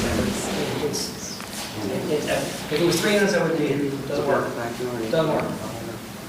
But I can certainly do something with bedrooms, I can certainly do something with the... All right, well, if there's no other comments by the board, then we're going to take a break. I'm sorry. I really liked the barrels plan that we had for the parking underneath, the way you can pull in and then back up, and that went from street to street. That went from street to street, so you'd have to remove the bottom level, half level of bedrooms, the two small bedrooms downstairs, to get parking underneath. Yeah, I know they went street to street, but that's, for me, the 16 cars backing out. If you did 3 single-family homes with driveways, you know... 3 single-family homes. 3 singles with 5 bedrooms each. You'd have 1 driveway for each. Well, you don't have 16 cars backing out at the same You time, have I don't think. 80 feet of... They're not going to get 4 cars in there anyhow. Did anybody see the 19 feet with the 7 inches on either side? You end up with a little bit over 8 feet per... I think you're better off on Douglas Avenue with no parking on one side. I mean, that street's a nightmare. It is. How many parking spaces on the street do we lose with this project? Probably lose all on-street spaces in front of this property. I don't think you can say that this is not beach parking either. I mean, this is between Atlantic and Ventnor. It is beach parking. No question about it. Yeah, And okay. it's all day, and that's why the stores get killed. Yeah. Get killed, you can't park. If you actually use those 2 parking places in the garage, you might as well give up the elevator because you can't get to it. Everybody designs stuff differently. I mean, I hope, I'm not going to try and sell a unit that doesn't work. That's why there's a bunch of... Okay, we're taking a break for 5 minutes, 10 minutes, what do you want, 5 minutes?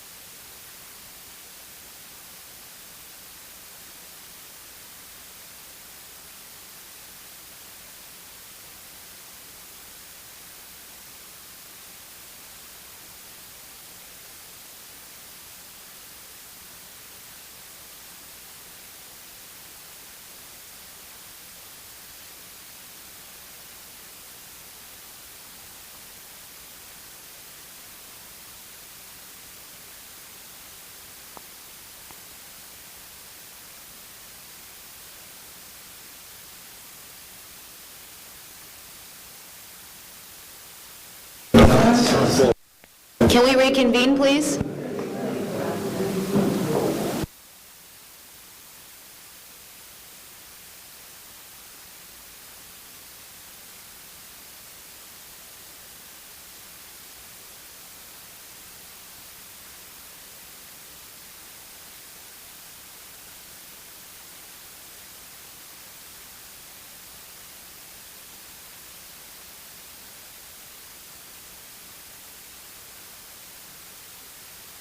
Thank you. The meeting together.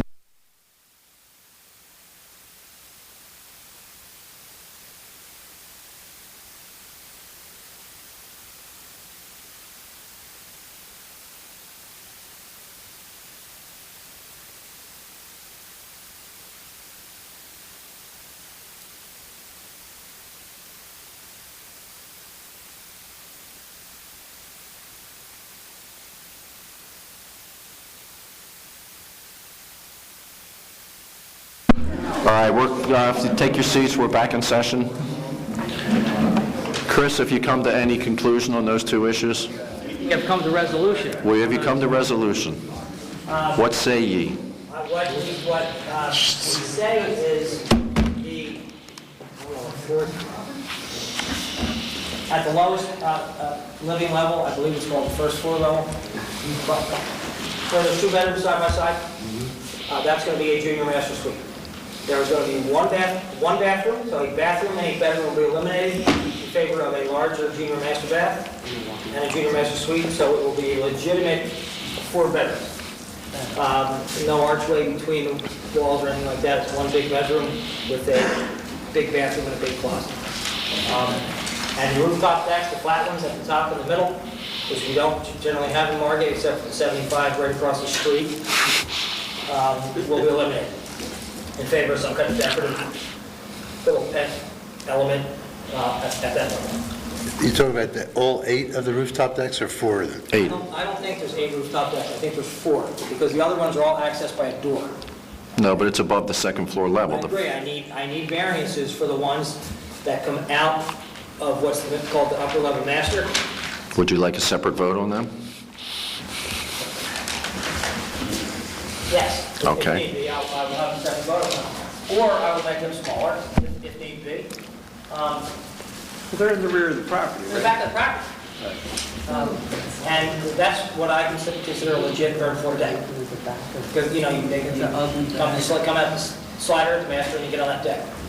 Those we would like to keep. If the board believes a separate vote should be taken. So you're eliminating the 4 topmost decks? You can go to my exhibit board, so that's across the street. Need that upper level plan, please? No, I need the upper level plan.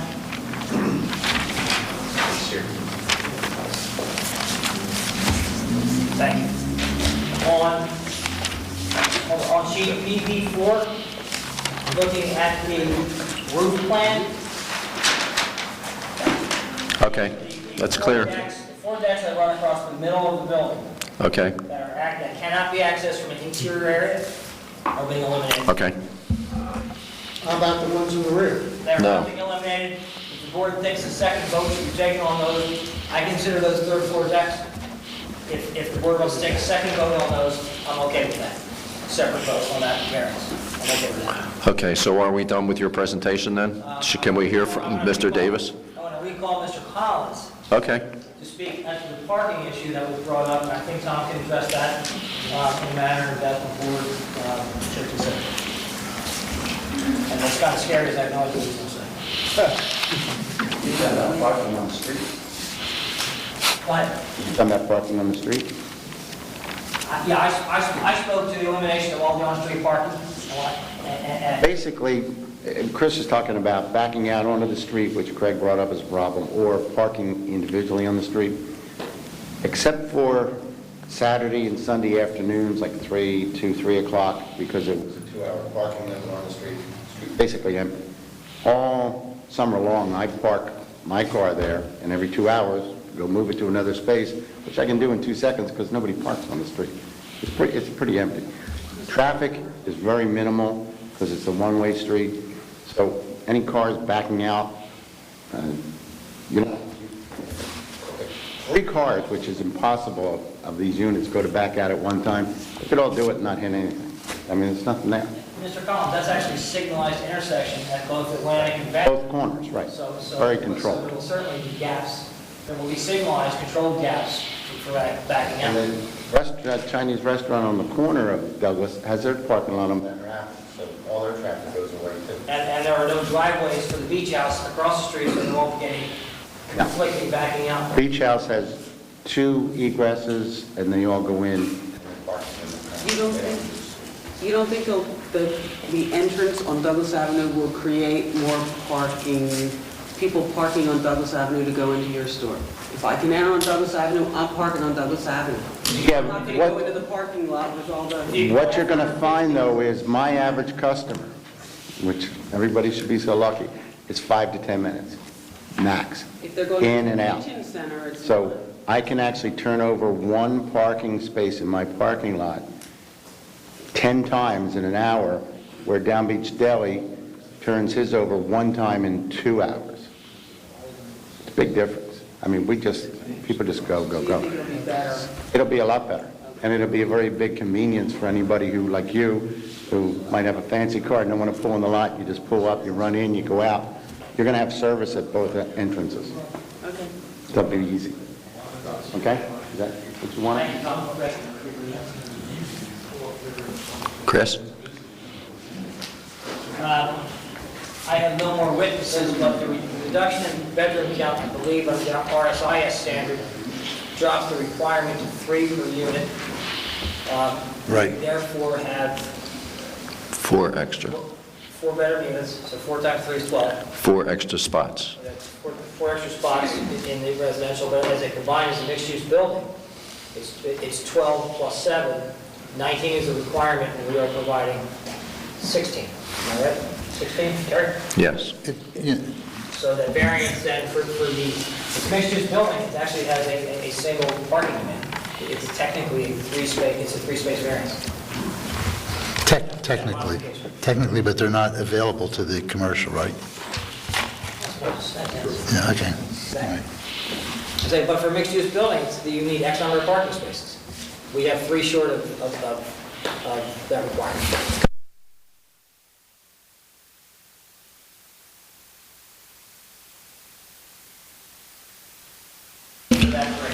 Okay. Mr. Davis, would you like to? You have 5 minutes. Try to talk fast. Keith, can we deal with that time issue? Rich, keep going? Yes. I have one question for Mr. Collins, and then just one quick one, Tom. Could you come up?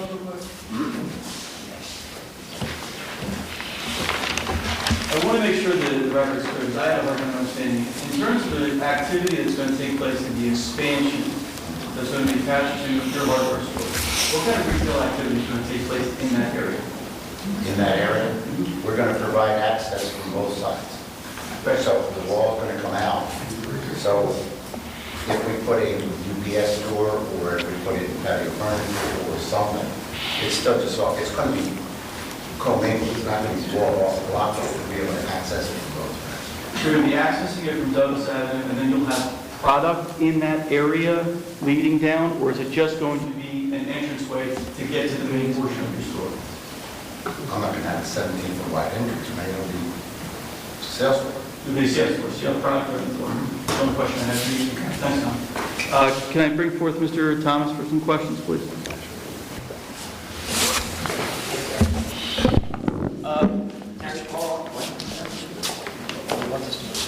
Answer his questions as asked. No, we can explain the project. It's not the first time I've cross-examined Mr. Thomas. That's why I said that. So, it's your position as a planner that the use that's being proposed tonight is a permitted use in the CBD zone? Yes. And that a D-use variance is not required? Yes. Okay. You're familiar with Schedule A2 of the Margate City Code? I am. All right. There was mention earlier from Mr. Valenson about residential upper stores constituting a permitted use in the CBD zone. You familiar with that? Yes. Okay. You familiar with the use in Schedule A2 called residential ground floor? Yes. Okay. Are you aware as to whether or not that use is permitted in the CBD zone? No, it is not. It is not permitted in the CBD zone. Not on the ground floor. Not on the ground floor. Anywhere on the ground floor? Access is permitted, but not habitable space. Not habitable space. Are any, as you've indicated, none of the parking on the ground floor is going to be utilized in connection with the commercial aspect of the project, correct? It's all going to be dedicated to the residential use, correct? Yes. And even though that's the case, you don't believe that that constitutes a residential use of ground floor? I don't. You don't. On the staff committee action form that was submitted by the applicant, D use variance was checked off. Do you know why that was the case? My understanding is it was a mistake referring to an assumption that density variance was required. And on the application for action by Planning or Zoning Board dated January 7, 2015, again, D variance is checked off. For the same reason? Again, only because I heard that tonight. I had no part in the application. And the notice of hearing requests a D variance for density. I believe the testimony was that you don't believe that's required with this application? Correct. And the notice does not specifically indicate that a D use variance is requested or required, correct? I don't remember reading maybe I read it in December when it was prepared, but. Okay. There was testimony about the fact that commercial or retail uses at grade within this project do not work economically. Do you recall hearing that? Yes. Have you or anybody else on the project team conducted any analysis or studies to determine whether or not that is indeed the case? As it relates to this site, just observing that the stores are all vacant. Okay. But you have you talked to any of the tenants that were in the building previously? No. Have you talked to any other real estate professionals in the city of Margate about the viability of commercial uses on Douglas Avenue? Yes. Who have you talked to? Ashley Franchini. And who's she with? She, don't remember the name of her firm. She's a broker, real estate broker? She's a real estate broker. And what has she said to you? That it was not, this was not a viable use. Is she also the listing agent on this particular project? She's involved in this project. I don't know whether she's the listing agent or not. Okay. Anybody else that you've talked to? No. Okay. I think I understand it's a little confusing looking at your plans because of the half-story. Your explanation of it by pointing to the stage was helpful to me. So just so I understand, on the ground floor, you're going to have parking within a garage. Yes. A crawl space behind it. Yes. But the crawl space only rises essentially a half story. Correct. And then immediately above that, you'll have the, now what was 2 bedrooms, 1 bedroom on that floor. The junior master suite is there, yes. Okay. And you believe, even though that's a half story, that level where that bedroom is going to be located constitutes the first floor, not part of the ground floor? Yes, sir. Okay. Do you know what the total square footage is of the commercial space as it relates to the residential? Have you broken it up? This is the amount of square footage residential, this is the amount of square footage commercial? I know that the commercial is 750 square feet because it's an easy thing to multiply. Yeah. I don't have the residential numbers in front of me. Do you know what each unit approximately is square footage-wise? No. You don't know? It's on the drawings, but I don't, as I stand here, I don't know. Okay.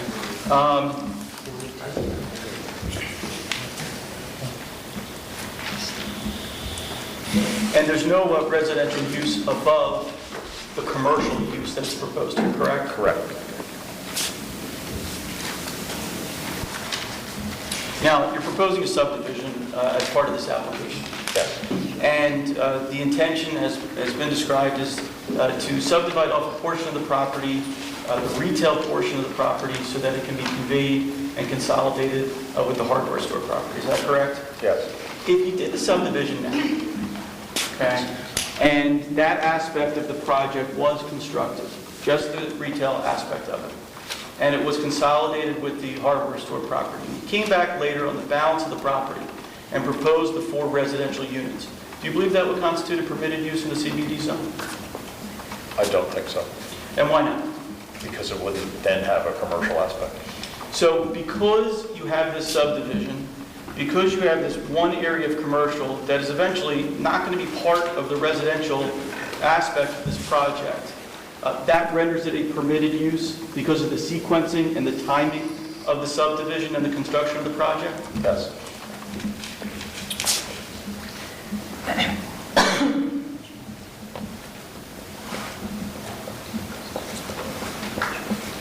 Just so I understand, with the revisions that have been made, instead of 20 bedrooms total, there's going to be 16 bedrooms total?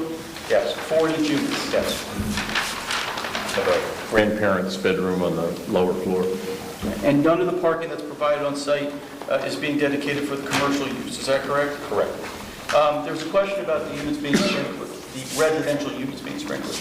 Are they going to be sprinkled? Let me interpose an objection. I mean, if they're required to be sprinkled under the building code, then we will be sprinkling that, yes. We haven't even looked at that yet. I don't know that this board has even considers that. Okay, so if it's not required by building code, then they will not be sprinkled? Correct. And there's been some numbers thrown around, I don't know if you've testified to this, how many parking spaces would be eliminated on Douglas by virtue of this project? It's 102 feet. If you use 21 feet, 22 feet for an on-street space, it'd be 5. Mr. Rubin said 6. I guess it just depends on how they're painted. Okay. And you indicated that in season, there's not a lot of use of that on-street parking on Douglas Avenue. There's very limited use, but the use is... You did too. What's that? There's very limited use, but the use is primarily from the residential project across the street, I am told. You were told. Have you conducted personally any analyses of parking on Douglas Avenue in season or out of season? No, I've observed it, but I've conducted no analysis. When you say observed it, casually or as part of this development application? Casually. So you didn't conduct any independent analysis of parking on Douglas Avenue in connection with this development? Correct. Are you familiar, there's some discussion about the Barrels project, correct? Yes. Are you familiar with that project? I've seen the drawings. I did not prepare them. Have you reviewed the parking aspects of the Barrels project? The parking, to the extent that it's access from the rear because of the double frontage? No. My question is, do you know if the parking is dedicated exclusively to the residential uses in that particular development, or is the parking also dedicated to the commercial aspect of that? My understanding is it's a mix. It's a mix of the two. So that project is different from this one in that that applicant did provide commercial parking spaces as part of that project. True. True? Yes? True. Yes. Have you calculated floor area ratio of the project? Why? You have not? I'd have to check my title sheet. It's getting late.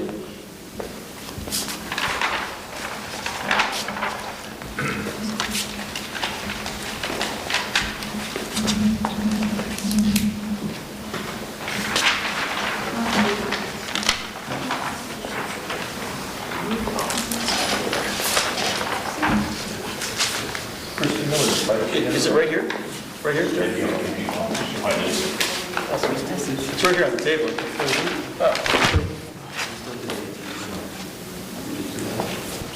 No, I do not have floor area ratio. Is there a reason why you didn't calculate floor area ratio? Ross? He's asking him questions. Okay. Am I supposed to answer it? Does he have to provide? No. No, floor area ratio is not required in the CBD zone. Floor area ratio, that's correct. The reason why I'm asking the question is the same reason why you indicated as board members that 20 bedrooms is too much for this property. Floor area ratio is a measurement of the intensity of the use of this building in this neighborhood where we submit, it's not permitted. Okay? And that's why I think it would be helpful for the board to know what the floor area ratio of this project is to determine whether it is in keeping with other zoning districts, such as the MF zone, which is directly across the street, which may have a different floor area ratio standard than what this project brings to mind. Well, I have a question. Wait a minute, just one question. Are we allowed to ask questions while Keith asks questions? Because some of the information he's passing back and forth, you know, I'm a little... If you want to ask a Okay. question, please interrupt. I mean, this is not a colloquial between the two of them. Okay, sorry. Between the two of them being Mr. Thomas and I? Yes. No, I'm asking questions of Mr. Thomas, because I didn't answer answer your the question. questions too, right? Mr. Thomas, No, you. can ask questions of me? We can ask you questions, because we don't understand your question to him. Yes, Absolutely. yes. This is no different than anyone else. You can ask him questions. That's fine. Do you have a question? That was the FDR. FAR. Do I need to clarify that question, other than to say that there's no standard in the CBD zone? Or are we on the same Well, I page? don't know if anybody knew that FAR was not even required. Okay, fair enough. Fair enough. Because it wasn't brought up. So you don't know what the floor area ratio is for this particular project? Is it possible for you as an architect to design a building that does have commercial units at the ground level with respect to this development? It would be difficult, because how are you going to then provide the parking for the residential stuff above? Forgetting about the parking, you may need a parking variance, I submit you need a D-use variance. But putting that aside, can you design the building so that commercial could be incorporated at grade? In a building that's landlocked, where people are built basically to the property line, the Verallo property, that building comes right to the, I don't know how you would provide the parking. Terry, if there's no parking requirement, can you draw a building that has commercial? Structurally. Residential or not? Can you- Structurally, can it be done? Get the parking. Can you draw it? I can draw that picture, yes. It can be accommodated, correct? I can draw the picture. It's not a viable building. From an economic standpoint or from a structural standpoint? From an approval standpoint, you can't get Mr. approved. Bailson, let me ask, I'm asking the questions of the witness. Let him No, I answer. don't know how to do that. My answer is no. Your answer is you don't know how to design a building with commercial at grade and residential above? Correct. In this site, I can't, because how would I park? Okay. I asked you to put aside the parking because that may require a C variance for parking. Structurally, as an architect, can you design a building with commercial at grade and residential above? I can design an empty building of that configuration. Okay, thank you. It would be empty. Thank you. There's still variances that are required for some of the decks. The rooftop decks, as I understand it, have been eliminated. Is that correct? That's correct. There is apparently going to be a separate vote taken, and the board has, I believe, determined that variances are required for the decks that extend along the upper floor master bedroom as the decks project out. Access from the master bedroom. Is that your understanding as well? It is. The rear Do decks. you know? The rear decks. The rear decks? Yes. Do you know if the applicant has noticed for those variances in its notice of hearing? I didn't review the notice. I designed the building. Okay. And the reason I'm asking that question, Mr. Chairman, is that there was a member of the public here earlier, Mr. Joel Krantz, who lives immediately behind the building. And he talked to Mr. Thomas and explained where the rear yard was going to be located, and he left, said being satisfied. I think if he had known that that rear deck required a variance, he may have stated had concerns with that. And therefore, I have a concern that the notice does not... Yeah, but how can you surmise what somebody may have had a concern about? I could say this, Chief, but I could say this. He was in my office for almost an hour today, combing those plans, seeing every detail of it. I'm sure he was totally aware that they were there. Maybe... So, Keith, we did notice, they did notice, the decks there was a variance for the decks. All we did tonight was said, which decks are we talking about? And it was determined there was 8 decks we were talking about. No, it's quiet. There's no deck variances that are noticed in the notice here. Yes, that's the variance you're getting, is the rooftop decks. There's no rooftop decks allowed in Margate. There was a variance for the rooftop decks. But we're still at, Keith's saying, we still need a variance for some of the decks, which are third floor decks. No, I'm saying that in my, look, I'm not an attorney, but the notice was for the decks, that there would be a variance. No. Okay, well then And I agree with that. There's still some decks that need a variance. My application was site plan approval with the parking variance, I believe, and any and all other variances that the board may determine. But the deck variances were not noticed. Agreed. They were not indicated on the plan, and when Mr. Krantz reviewed and combed through those plans, he did not know that a variance was required. Rooftop decks. Decks are not permitted above the second floor. Actions required. That's Mr. Rubin's memo. I'm talking about the notice here. Oh, I'm sorry. I agree with that. I'm sorry, Kate. I just want to note that we're both surmising at this point, Mr. Davis as well as Mr. Rubin, what you believe he thought in the office as well as what you believe he thought today. You're both wrong. If he wished to be here during the public portion, he had the ability to be here and make his voice. If he is not, we leave it at that. He did. The problem, Ms. Hess, is that he left before it was determined that the variance is needed. Nobody knew that this variance was needed for the deck. Wait, Keith, you're now making representation to somebody who's not here? I missed that. Is that what's happening right now? Sorry, No, I don't think he was noted, I don't think he received notice that there would be the hearing for the deck variance. I don't think he knew that was there, because there was no notice to that effect, that that's what this hearing was for deck variances. I think everyone's agreeing on that. He didn't know that was what this was for tonight. Saying what his position would or would not be. I'm just saying, he didn't know that that was a variance. Did he leave during the hearing? Yes. We talked about it the entire time. No. He left after talking to your professional about these issues and about the application for...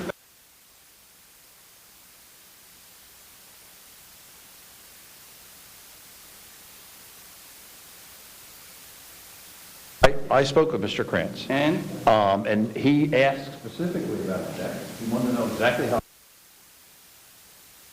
That was great, and he did stay here for the beginning of the meeting. He did not leave right away. No, the beginning of the meeting, I agree.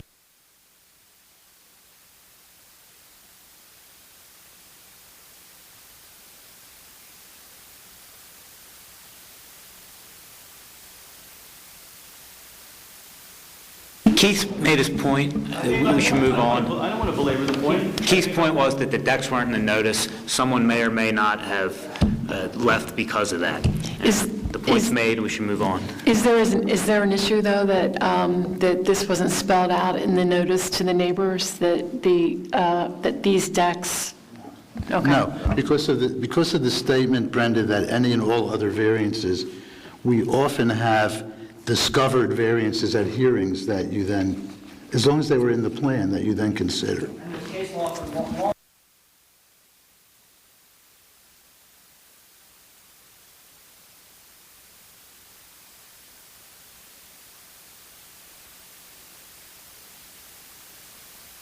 You need a lot coverage variance, correct?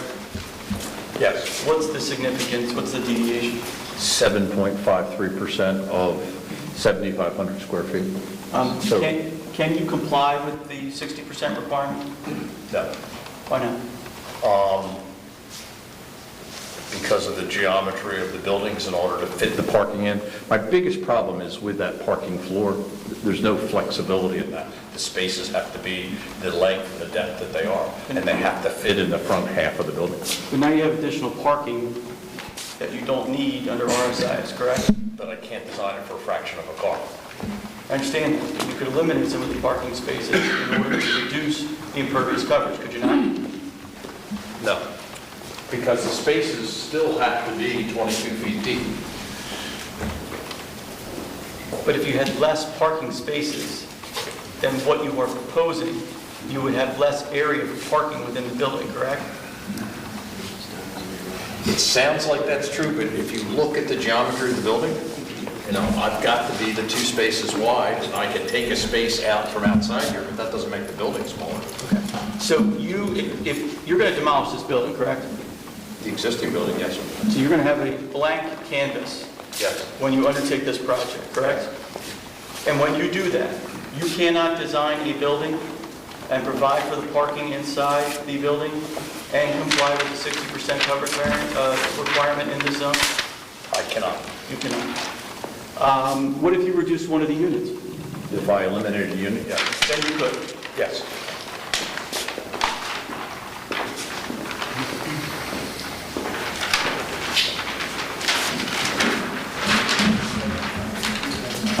That's all I have, Mr. Chairman.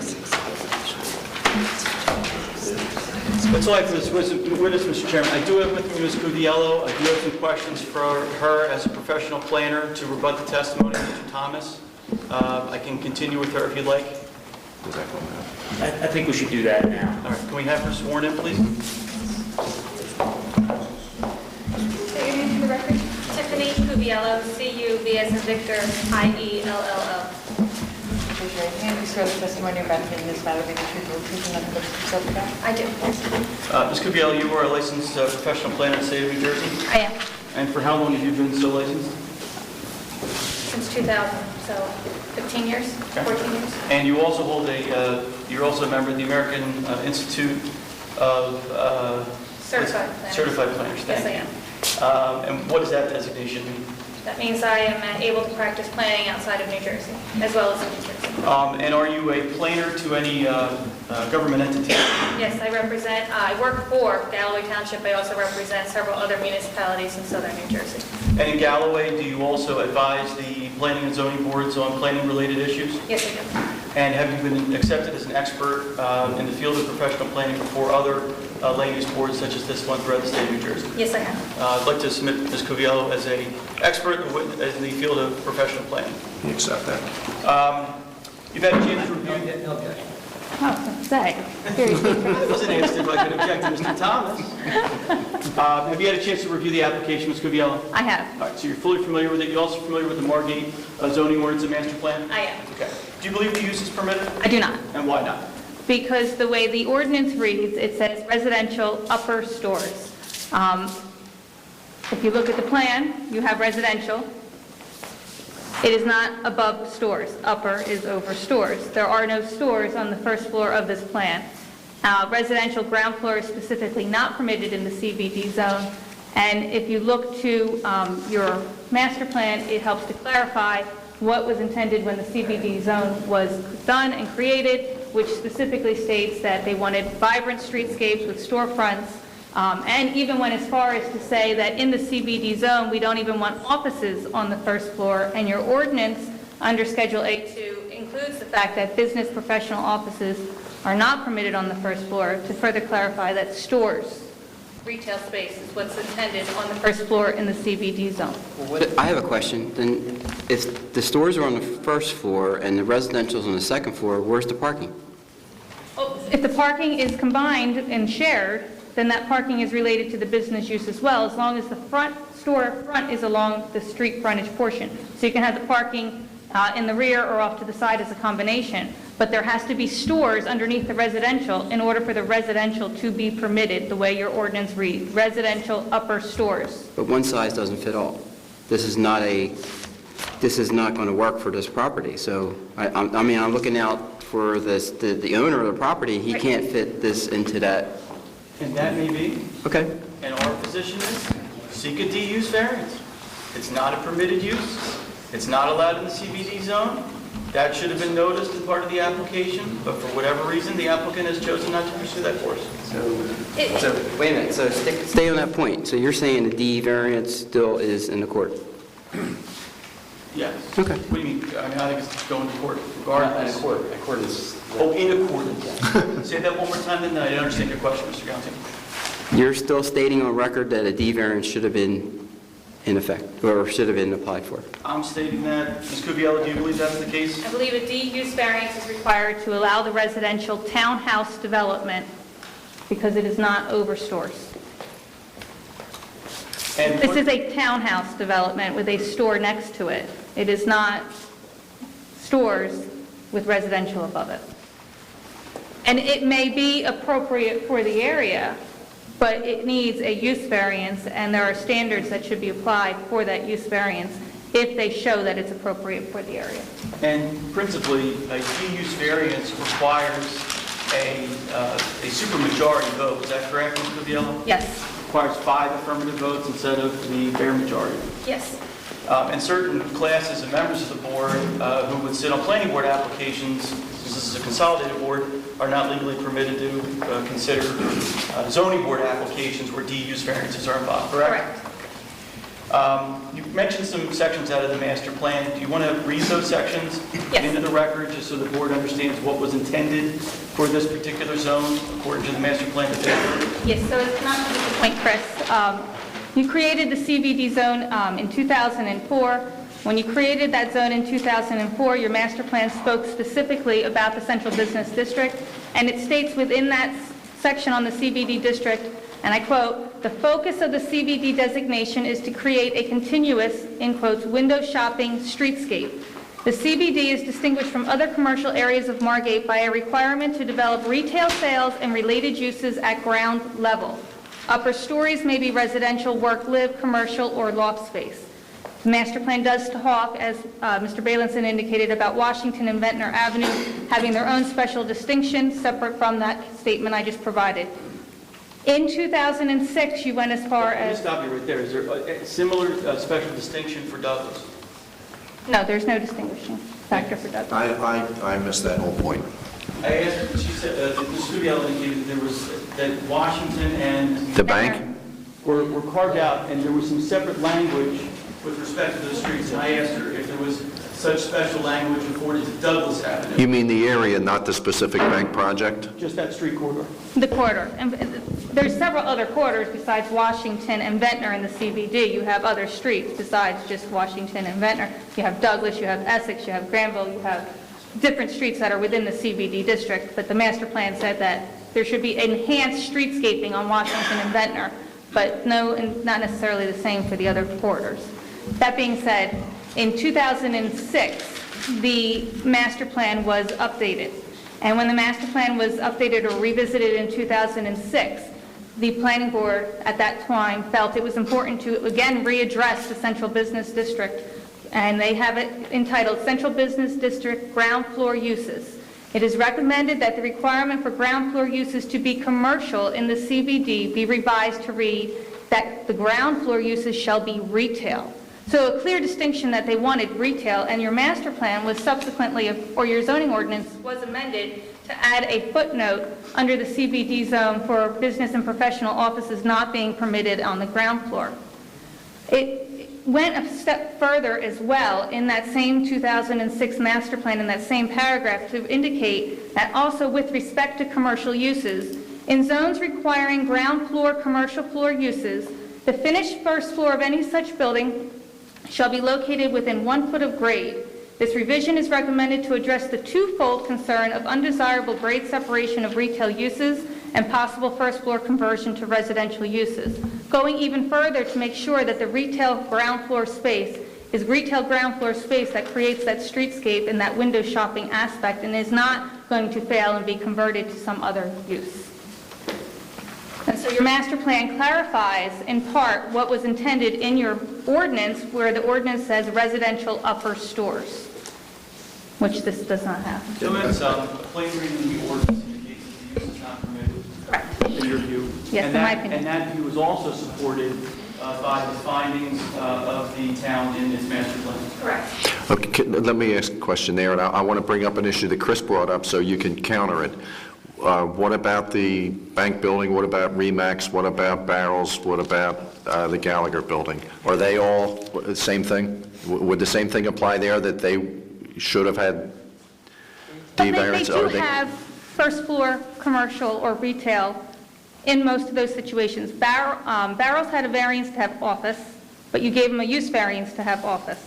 But they do have, on the first floor, some level of retail or commercial. Remax, for instance, on the storefront, you have the office space for the Remax facility. You don't have garages. That's considered retail and not... It's considered commercial. I'm asking this. You're saying that's considered a storefront that people would window shop?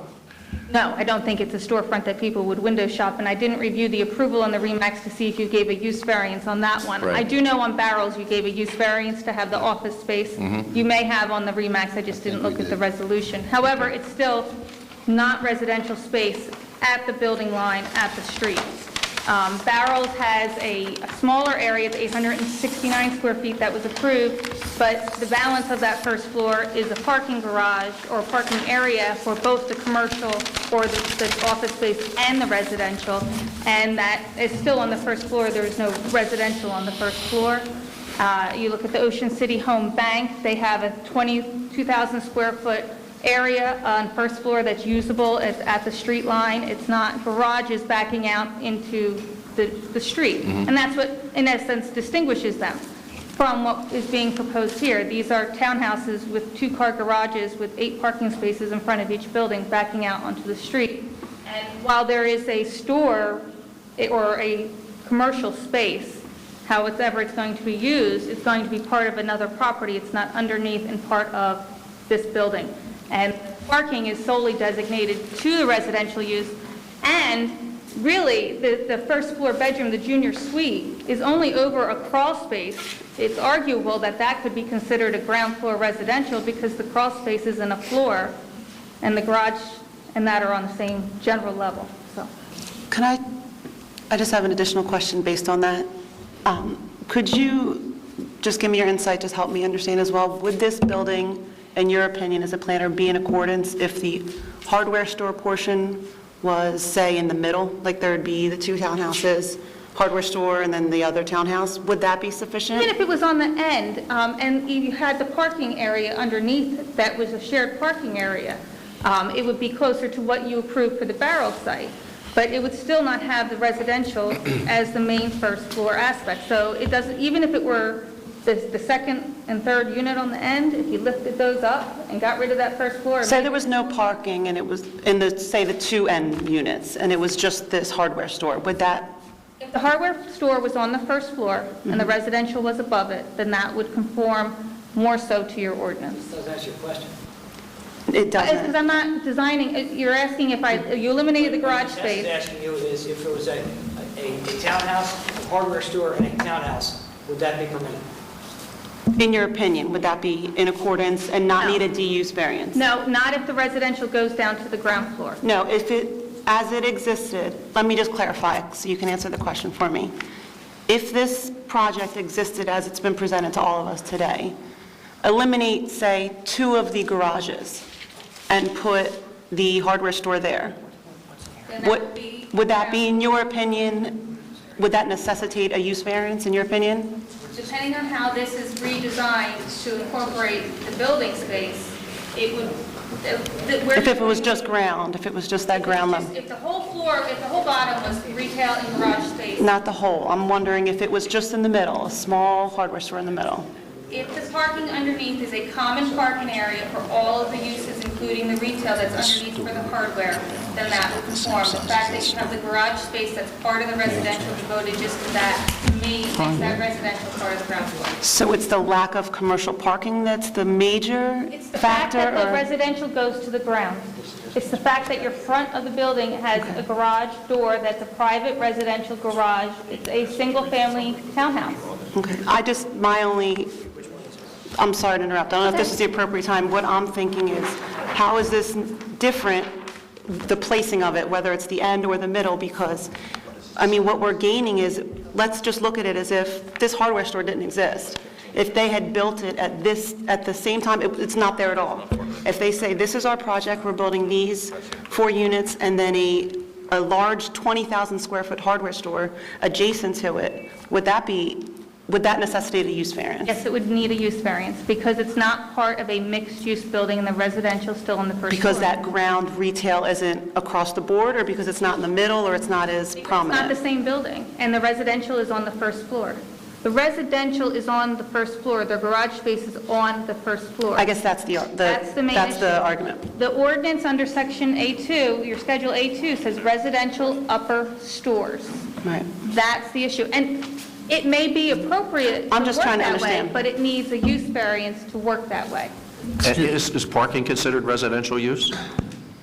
Residential, Is access stairways considered residential use? the way this is designed, this is private garage space that's part of the residential unit, and in my opinion, that's residential space. Some of the other buildings we talked about has a common parking area for commercial and residential, and that changes it. It's not a private garage space with private access into that single unit. Even though the commercial is not over, even though the residential is not over commercial space? Not to tell you that you did something and it's differently or wrong, and I don't want to say that. That's why I don't want to look so much at those other projects, except to say that they're not exactly the same. Okay. How I would have interpreted it on the other ones, it's your ordinance says residential upper stores. If you don't have it, the strict reading of that, to me, means that's not right. So I don't Right. want to say that you were wrong on those. This is different than that, and this space underneath is a private garage space as if you had a single-family home. Right. I'm not trying to say whether we were wrong. The opposing attorney brings up a point. I want to hear your response to that point. Was it addressed? Yeah. Okay. I have one question. If they made it a public garage underneath those townhouses? Public garage or? Public garage. For open anybody? to everybody, to the hardware store, to the occupants in the building, and now you have a stairwell and an elevator. Would that be considered commercial? Because now it's a public garage. Your master plan says it should be retail. Your ordinance says residential upper stores. Your ordinance defines retail as retail sales or retail service. Retail sales are establishments engaged in selling goods or merchandise to the general public for personal or household consumption.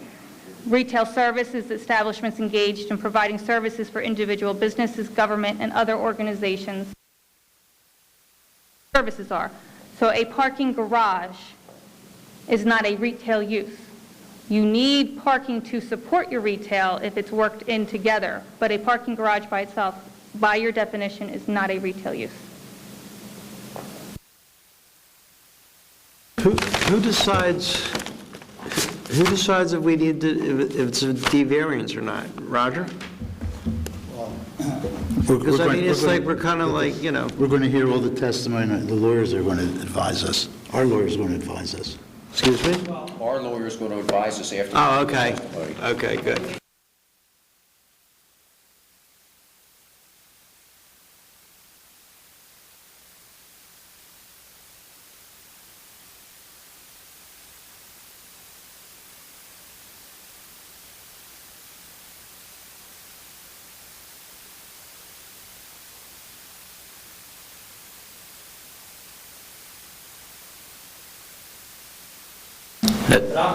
There's no basis upon the way I have applied for a separate vote on whether or not a use variance is required, or whether or not, I didn't ask for interpretation. I don't want an interpretation of the ordinance. But the board has the legal right in exercising its responsibilities to interpret its own ordinance. That's what you're charged with doing. But that's a setup. That's a setup. If you're telling, if you're suggesting that this board should make a ruling, interpret the ordinance, make a ruling and tell me, no, we didn't need to hear this because you need at least a D-variance, that's an interpretation. And you well know I have a notice for interpretation which is required. You already have a notice for a D-variance which is required. I mean, that's what I'm having to take. Isn't it inherent in the vote on the overall application? This bill ain't right. I mean, that's. Well, if they vote no, they'll disprove the application. I think one of the things they could say is, we don't think that this project as designed is permitted in this zone.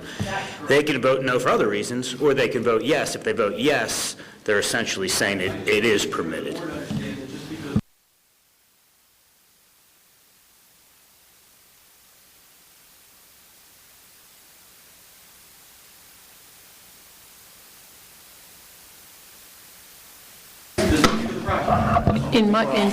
In my opinion, based on what Tiffany has explained to us, it sounds as if, to me, that we need a use variance and it would be a D variance. So I would need to recuse myself, and Well, so you're making the legal determination? Well, then you don't have to, in my opinion, based on, Brenda, you haven't heard me question Tiffany yet after her conclusion. That is a fair comment. All I ask, let us.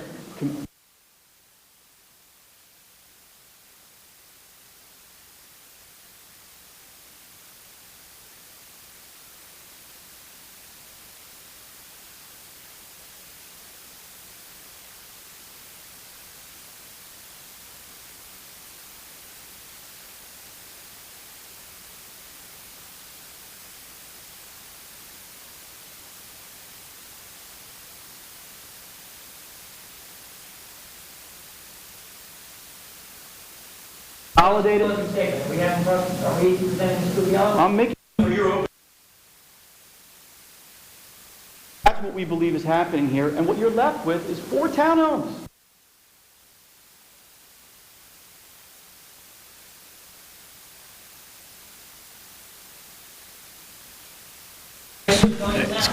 I think we understand both your points. You both need to keep it brief and wrap it up. I think we all get your points. I think Chris gets the opportunity to cross-examine this expert, and do you have any other points other than?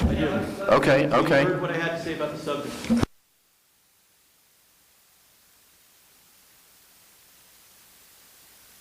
impacts the intent and purpose of the zoning ordinance and the master.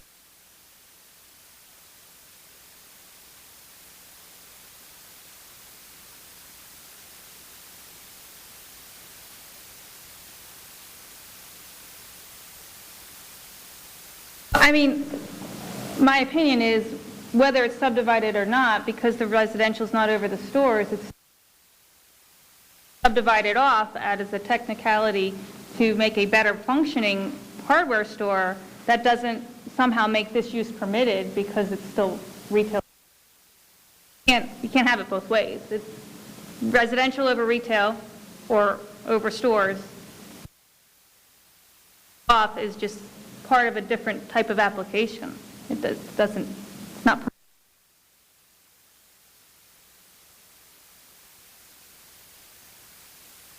Lose 4 to 6 on-street parking spaces based on the calculations we heard tonight, so that goes away.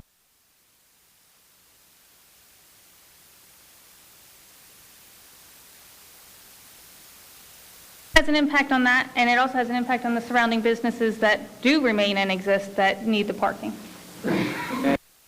Testimony is, and I want to make sure my objection to the comparison to barrels and Remax and the other uses, I don't think it's appropriate here. I think the board should look at this application anew and fresh. But you believe, as a planner, that there are clear distinctions and differences. Since Mr. Rubin raised them in his memo, Mr. Bailson has as well. There's differences between those prior approvals and this application for development. Yes. Lot coverage does not comply, correct? Correct. The variance is required, correct? Correct. And do you believe that the applicant could comply with that 60% lot coverage requirement? Yes. And if it did, what would that do to the building? It would shrink the building and give it some side yard setbacks, possibly. Possibly. And would that lead to having less of a negative impact on surrounding property owners, since the building is essentially maxed out to, with the exception of the rear yard, all of the setback lines? Correct. You have a lot coverage requirement, a building coverage requirement of 60%.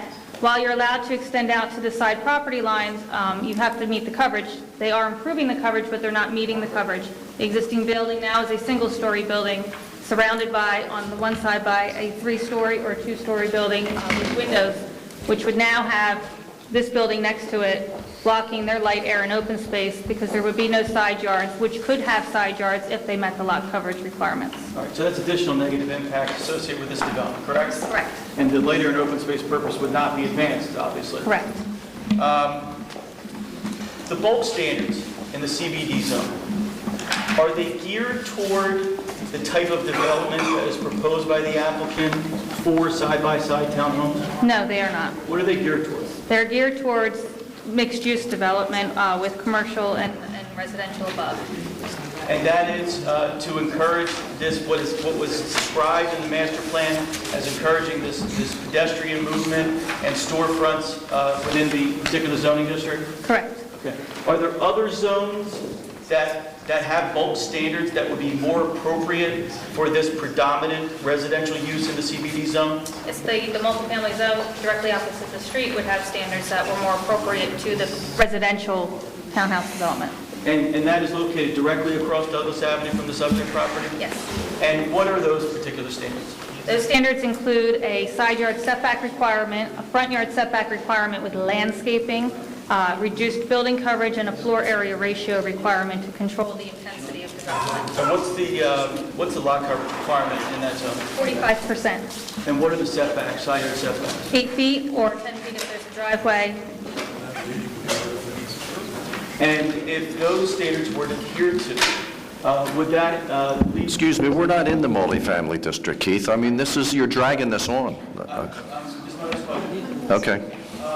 If that were the case, would there be less of an impact of this development to the surrounding property owners, including the Varallos? Yes, there will be less units and more open space. Sorry, just one more page. Go ahead.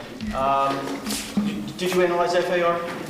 I looked at what the FAR requirement is. I didn't calculate it on this project except to say that I believe it exceeds the floor area ratio for the multifamily zone. But I don't know what the floor area ratio is. And you looked at that because there is no floor area ratio standard in the CBD zone, correct? Correct. That's all I have. But I know Mr. Varallo would like to testify during the public portion of the meeting. Let Chris ask his questions, and then they can testify. Ms. Cuviello, you repeatedly, the section of the ordinance in the zoning schedule that talks to upper level, how do you read? Residential upper story. Residential upper story, what does that mean? Based Is upon... that a planning term, or is that a No. typo? Is that a typo? I don't know if it's a typo. I understand... Can I Residential above interrupt? story. Yes, I apologize. There's no question in my mind but that's a typo, and that the word upper is correct. Let me explain to the board. We're talking about Schedule A2. It says in the CBD zone, residential on the ground floor not permitted. Then the next line is very interesting. It says residential upper stores, S-T-O-R-E-S, permitted. What it meant to say was residential upper stories, S-T-O-R-I-E-S. As Ms. Cuviello herself testified, that's the language in the master plan that you read to us. It talked about residential in upper stories, S-T-O-R-I-E-S, that are permitted in the CBD zone. Upper is not another word for above. I mean, that's not grammatical. It doesn't mean to say residential above stores. It means to say residential in or on the upper stories of a building. And I respect that, but I just want to tell you, the language that I quoted says, "The CBD be revised to read that the ground floor uses shall be retail." Not that the residential should be upper stories, but that the ground floor uses shall be retail. Right, but, okay, that's what the board has to decide here in their vote, that there is retail on the ground floor in this mixed-use building. The other interesting thing, I got to say, that Clem Wozleski came up with earlier this evening, he pointed out to me, Schedule A2, it's a permissive schedule. It says, in the CBD zone, residential and ground floor not permitted, residential upper stories, the way I interpret it, permitted. Nowhere does it say commercial is actually required anywhere. If you read that very literally, it's possible, and it's the first time I thought of it in 10 years. Clem pointed it out to me today. You could actually just have a townhouse development in the CBD zone, as long as on the first floor, in my opinion, you only have parking and access to the residential and the upper stories. The grade is not considered a story. Right. That's why I asked the question. Does Ms. Cuviello testify about upper level story as if he actually meant something? Well, I did, because the retail, the master plan says ground floor uses shall be retail.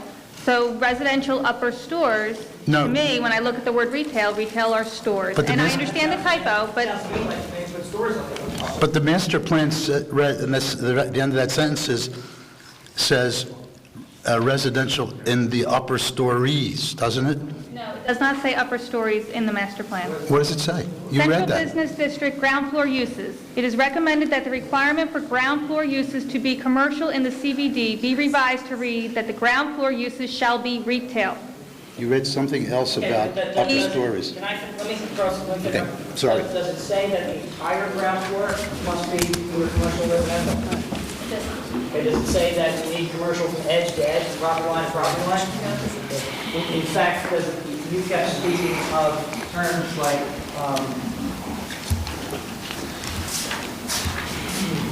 at the street, at the property line, at the street line.